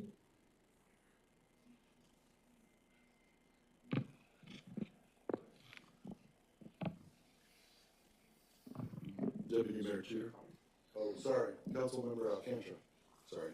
Yeah, thank you, Mr. Mayor, and I just want to make sure that I'm following what we're asking the city attorney to do. Are we asking you to just see if under code 2.05060 D1 we have the authority to do that or not? That's not what you're proceeding with, okay? No, sir, no, you would not have the authority to do that. My understanding is that council would like me to review what Anchorage has done in 2022 or what other cities have done to see if something could be presented, which would be an ordinance change regarding what processes could be done, any council to any mayor in the future should the council choose to vote on it. Deputy Mayor Tudor. Thank you, Mr. Mayor. Yeah, one thing I would like to be interested in is, and as probably council support, is are we able to add language for council members as well? So we're all, held accountable to that standard, because I think one of the issues is our ethical standards. While they're there, they have very little teeth. And so if a council person, were to do something outside the scope, that they would also be able to be held accountable by the rest of the council. Second. Thank you. All right. Mr. Mayor, if I may. Councilmember Hudson. Also, Councilman Alcantara, I just kind of wanted to make a comment on what you had brought up. It does say that in the Palmer Code of Ethics and Conduct, it expresses a standard of ethical conduct expected for council members themselves, and they have the primary responsibility to assure that ethical standards are understood and met, so that the public can continue to have confidence in the integrity of the government. So the council may intervene when actions of members that appear to be in violation of code and conduct are brought to their attention. Council members who intentionally and repeatedly do not follow proper conduct after it's been expressed by the council that it is wrong, then that is when that could lead to sanctions as deemed appropriate by the council. Thank you. Okay. Are we ready to go on to audience participation? Okay, we will open up audience participation. We need the sheet. Okay. Oh, thank you, sir.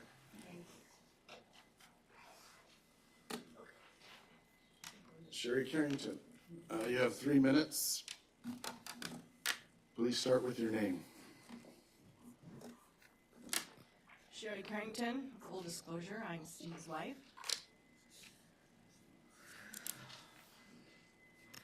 Since all this started, I have had some sleepless nights, thought a lot about what I wanted to say, what I wanted to scream. But I am a Christian, I do claim that. I do try to do what the Lord wants me to do, and I try not to do what the Lord doesn't want me to do.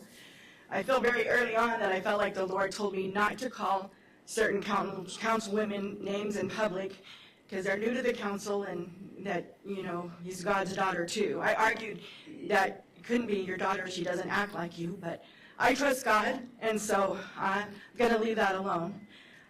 But this, I don't know everything, but I do know this. I was here when Jelly had a chance to try to defend himself from all that happened. And I was here when he thanked Steve for speaking to him every day and supporting him. I was also here when the people outside, while you guys were in your meeting, when the gentleman announced to everybody there, now we are going to go after the mayor, because I don't think Jelly did this alone. So you didn't actually know of anything he did wrong. You decided he did something wrong, and then now you have to find that he did something wrong so that you can get rid of him. And some of the council, you guys seem pretty happy to help. And so you've got work to do. I understand that.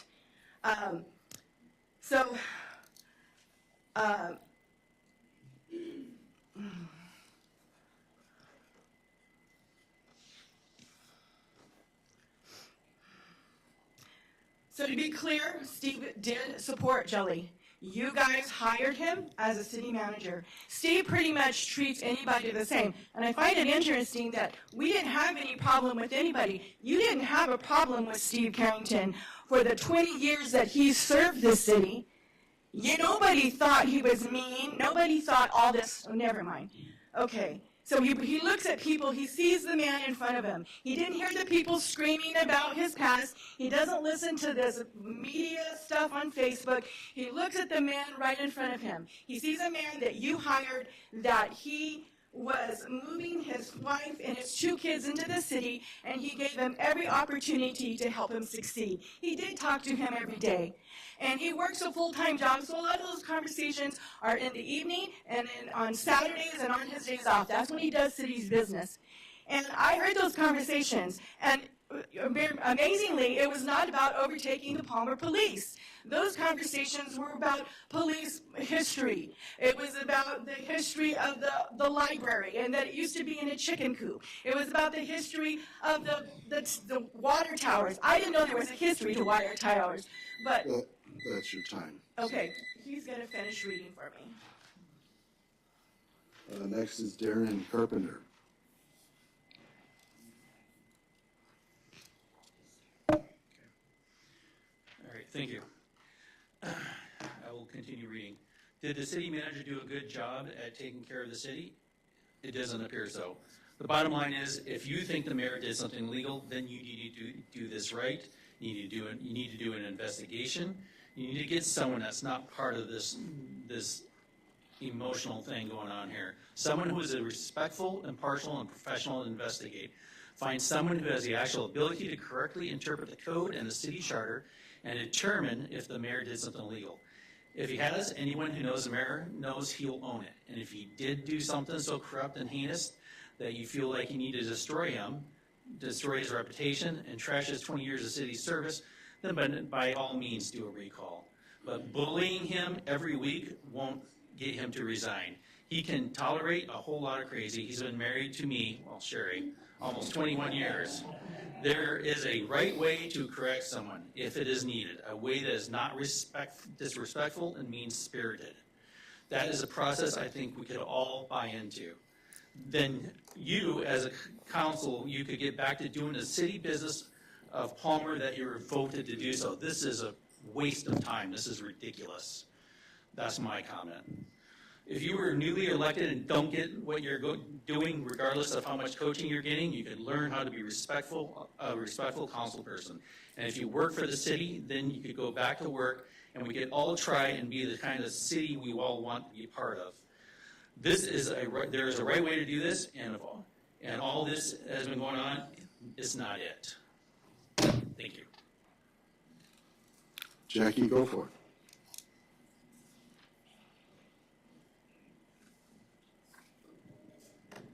Mr. Mayor and City Council, my name is Jackie Goforth. The very first city established in this borough was Palmer in 1951. That was before we were even a state. Wasilla came along in 1974.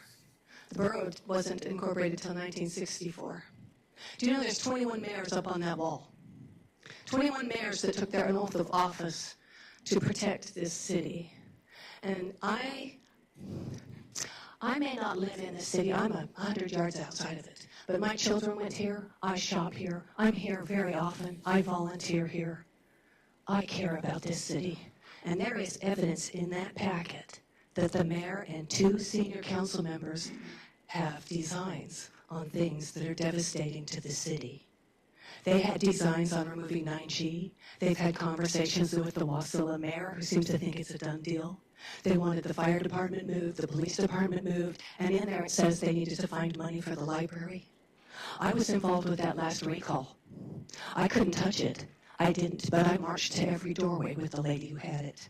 And I would highly suggest that this next recall, because there's a new one that's been put in, is not to send to the same attorney to approve it, because I have an attorney and he costs a lot more than this. His name is Joe Miller, and I will have him file the Bar Association complaint against the attorney in Ketchikan if he looks at that recall.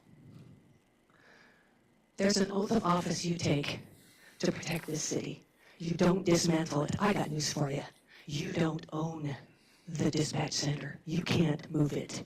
You don't own the police department. You can't destroy it. You don't own the fire department. You can't move it. The people do. And I don't care how loving and wonderful you've been. I've disciplined my husband. Do you understand me? I am a very high-ranked postal manager, and I've removed people that I loved because I don't do this. There is another recall out, and there will be another recall and another recall, and would highly suggest you use an attorney to approve it that isn't involved in it. I tell you right now, I will be talking to Joe Miller, and he'll be filing the bar complaint. That's an ethics violation. Mr. Brandt and Erickson or whoever should recuse himself. It's obvious when you read the paperwork that that overlay was drafted by Jelly. It matches the one from Ogdensburg, New York, almost word for word. How can it be almost exact if Mr. Erickson didn't have something like that to go by? And for our mayor to go to the same attorney and then put this council, allow this council to be put through those 3.5 hours in order to get that approved, I want to know why the mayor and these 2 senior council members seem to think they have the right. And I certainly That's your time. thank you so much for listening to me. Penny Mosher.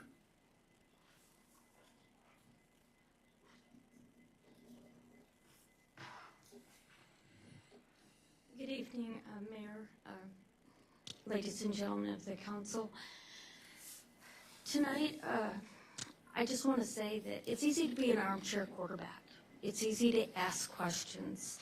It's easy to go back and reflect. What did go wrong? Where do we go from here? To have a hot wash, what we call in the military, is standard practice.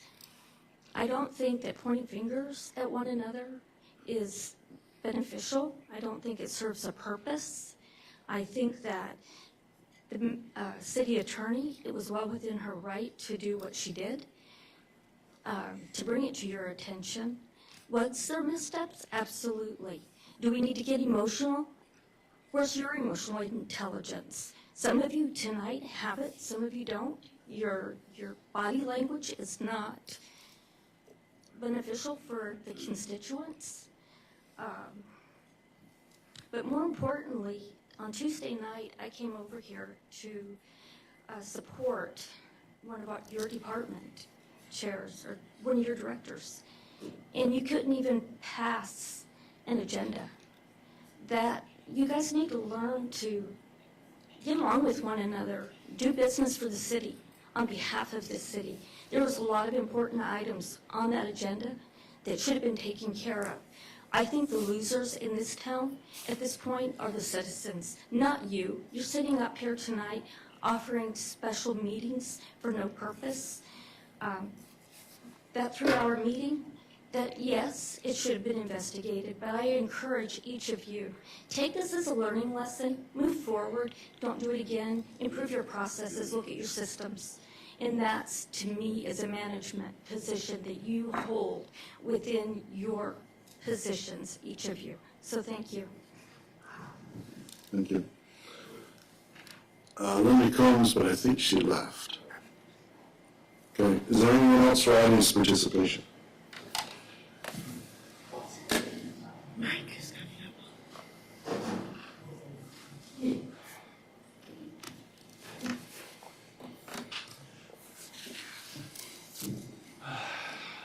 Thank you, Mr. Mayor, members of council. My name is Mike Bolewski. I live here in beautiful downtown Palmer.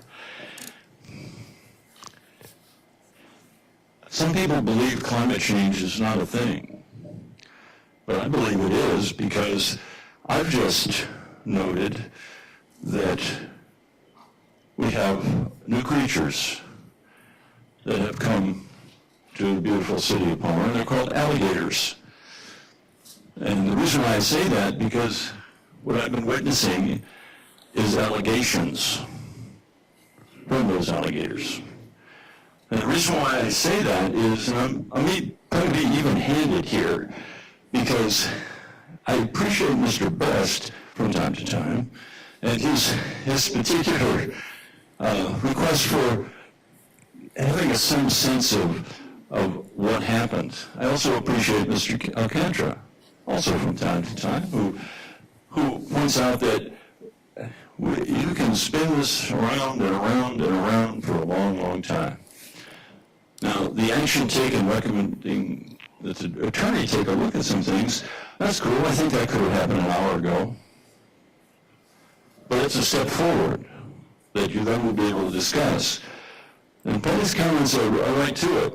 You know, there were a lot of people here on Tuesday ready to contribute, to listen, to watch you make decisions, and you failed. I would also submit, I've done this before, that when you hired Mr. Jelly, there was only one person sitting up there that wasn't part of that. You agreed to hire him.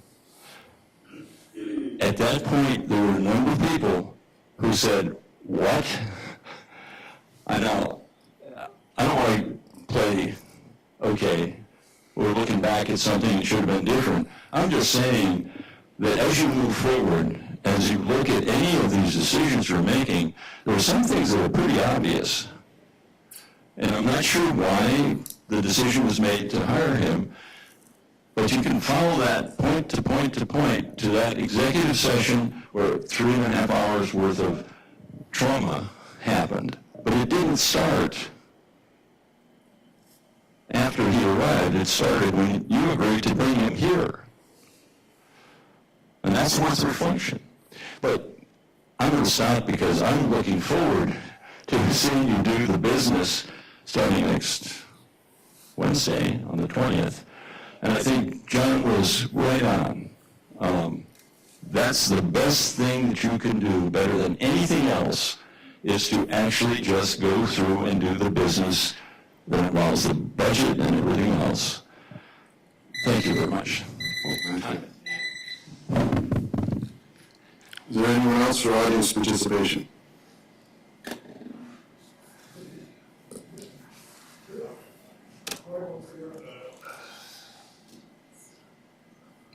Okay. We'll close audience participation. Next, we have council member comments. Councilmember Hudson, would you like to start?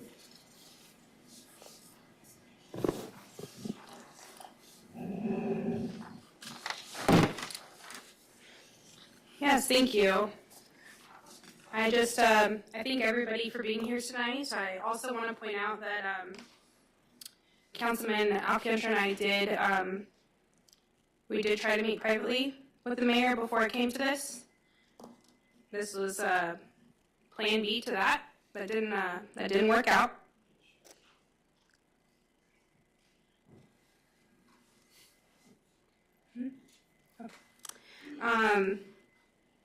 I'm also now happy to identify as an alligator, if that means that I called corruption. And I also want to point out the best news in the room is that I am a child of God, and I will continue to identify as that. Thank you. Deputy Mayor? Thank you, Mr. Mayor. You know, when I look at this meeting tonight, you know, I don't see it as a thing of you know, city council versus mayor or anything like that. What I see this as is, you know, like with the motion that Councilwoman Hudson had made, we all need to make sure that we are all acting ethically. And so I'm looking forward to seeing that all of us, myself included, are held to a high standard. Because I think we've all been in situations where you've seen elected officials start acting not in the best interest of the community because they've been up here. And I want to make sure that doesn't happen. And so I think this is a good step in the right direction, so that way in the future we have protections for all the citizens of Palmer. Kind of moving on to something I've been working on. I want to make sure that the council is abreast of this. I've been working with 9G Base to discuss with the borough some outside funding. So I met with the borough after meeting with 9G Base and went over a couple of different options. And what I would like to do is to get council support for my activities and also see if I could rope our interim city manager on this as well. And I would like to have, you know, basically a member of 9G Base, myself, the city manager, and either Chief Shelton or another representative from Palmer Police to meet with the borough to see if we can get some support for our 9G Base as, you know, as either like maybe a backup of MATCOM or whatever it may be to help take that financial burden off the city. So I just want to make sure everyone's abreast of what I'm working on and make sure I get a thumbs up from the council on that before I proceed with another meeting with the borough. So it's kind of a little formality, just want to make sure that everyone knows what I'm doing and that it's okay. Councilman Best? The only concern that I have is that this is kind of council creeping in on managerial duties. We have an interim manager. We can direct the manager to continue on. You can participate in something like that. The manager invites you into it. But for us to start carving off portions of the city's business to do for our own personal, especially if we have personal businesses that might conflict with those kind of things, or I would prefer that this goes to the manager. And I have no problem if he invites you in, but I'd rather it just go through the manager's office. Okay, thank you. That's why I wanted to bring it up. I don't want to have any kind of conflict. No, that's a valid concern. It's the wish of the council, so. If I may. Yes, Councilmember Hudson. I definitely agree that it is important for somebody on this council to be included in the meetings, as last week when, you know, there was meetings with the borough and MATCOM, They had their HR, they had their attorney, they had a bunch of different members, and then we just have a couple people show up and we're not even aware of, those meetings, and then they say everything's private. So I definitely want to second and agree that council member needs to be involved to hear what's being said in those meetings. Thank you. I guess I would suggest maybe Deputy Mayor to, have some discussions with the manager and, maybe report back to the council at our next regular meeting. Okay, sounds good. Vice Council, Mr. Mayor, thank you. Councilmember Graver, council comments?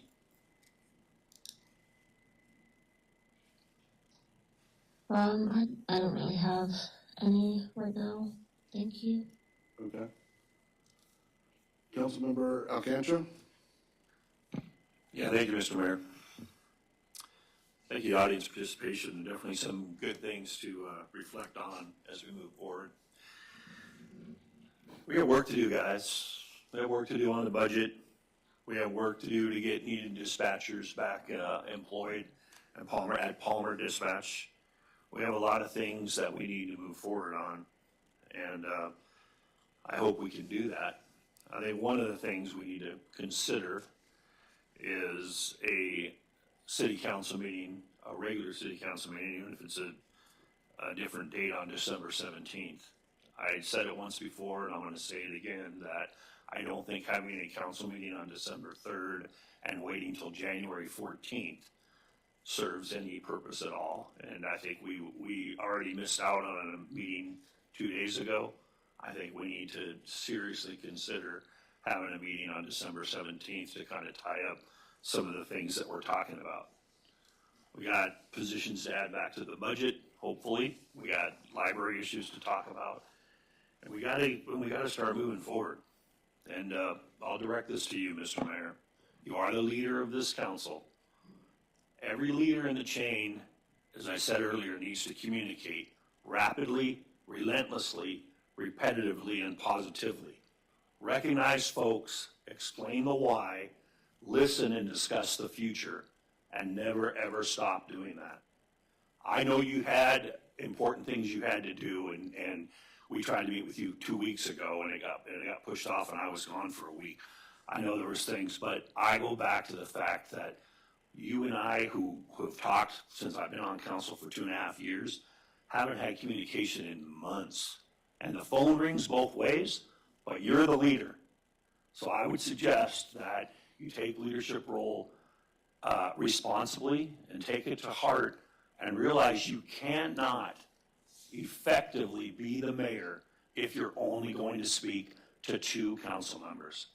And if you're speaking with Deputy Mayor Tudor, and I hope you are, that's why he is Deputy Mayor, then that's good too. But you need to reach out, you need to communicate, whether it's on a Saturday, whether it's via text, whether it's some other way. You don't have to it's not always got to be a cup of coffee or a 30-minute phone call, but there can definitely be much more communication than I witnessed as a council member, especially for the last 6 months. And I thank everybody for coming out today, and I hope on Wednesday the 20th we can get some real budget work done. Thank you for your time. Councilman Best. Thank you, Mr. Mayor. The theme that I continue to hear is, and this wasn't just stated tonight, but it was stated when we've had other discussions with the previous manager and whatnot, that there are members of this council that believe that there's a lot of communication happening to somebody other than themselves. And in our situation where we have open meetings violations, where because we are sitting on a body, you can only speak with so many people, and if those 2 people go and speak with other people and carry any of that conversation over, now we've got a serial meeting. That's a violation of. So it's one thing to presume that everybody else is getting talked to when you're not being talked to yourself. But that is not always the case. There's not always, everybody else is always being brought into the know. It's just the process of how we govern is dictated and it manages how we communicate so that it is more public. So sometimes it is clunky and inefficient to be communicating here, and sometimes we find out stuff here just like the rest of the public does. But that's not to make the determination that one is being left out or that other people are being brought into the loop of these conversations.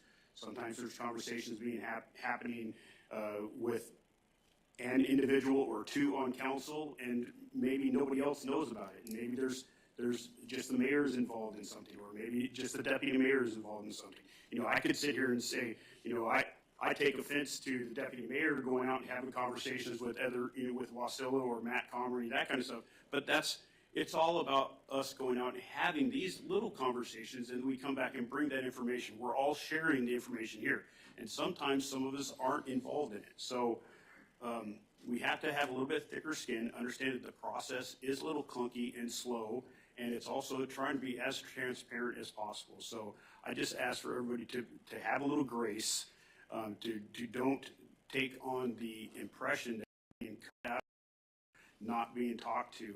You know, we constantly hear accolades on the mayor about how he is so communicative with his reports he puts in there, and he's always constantly trying to inform us as best as he can. So let's accept it for that. Let's, you know, there's a lot of people getting thin-skinned and butthurt over things that I'm understand the process. Well, I want to thank Councilmember Alcantra for at least alluding to, we had scheduled a meeting, and I was working my second weekend drill because I work as a contractor for the Guard, and I asked for a reschedule. Didn't realize it was going to be into a special meeting, but that's okay. And then I wanted to remind people that, and I think at least, I think some have already signed up, but there's a Alaska Municipal League newly elected officials class that's a virtual one on November 20th during the day. So I would encourage council members, you know, even if you've already done it, you might do it again, because things like the Open Meetings Act, et cetera, are things that we have to live with, that we have a public process and we need to do that. So I would encourage the members. There's also, if you like, online actual classes, there's some at AML, which is the second week of December, and need to talk to the clerks, I think, to get into there. Point of information on that. Yes, yes, sir. Councilmember Graham from Wasilla was here earlier this evening, and during break he had mentioned that the city of Wasilla was going to be showcasing that online at their council chambers. So on the 20th. If you want to go and if any council members here want to go and participate in that class, instead of doing online and go over there, they were opening their doors to us and offering us to come there as we see fit. So if anybody would like to go there, that's also being available. I guess you call it hybrid, where you're meeting with people to watch an online thing. All right, we're adjourned.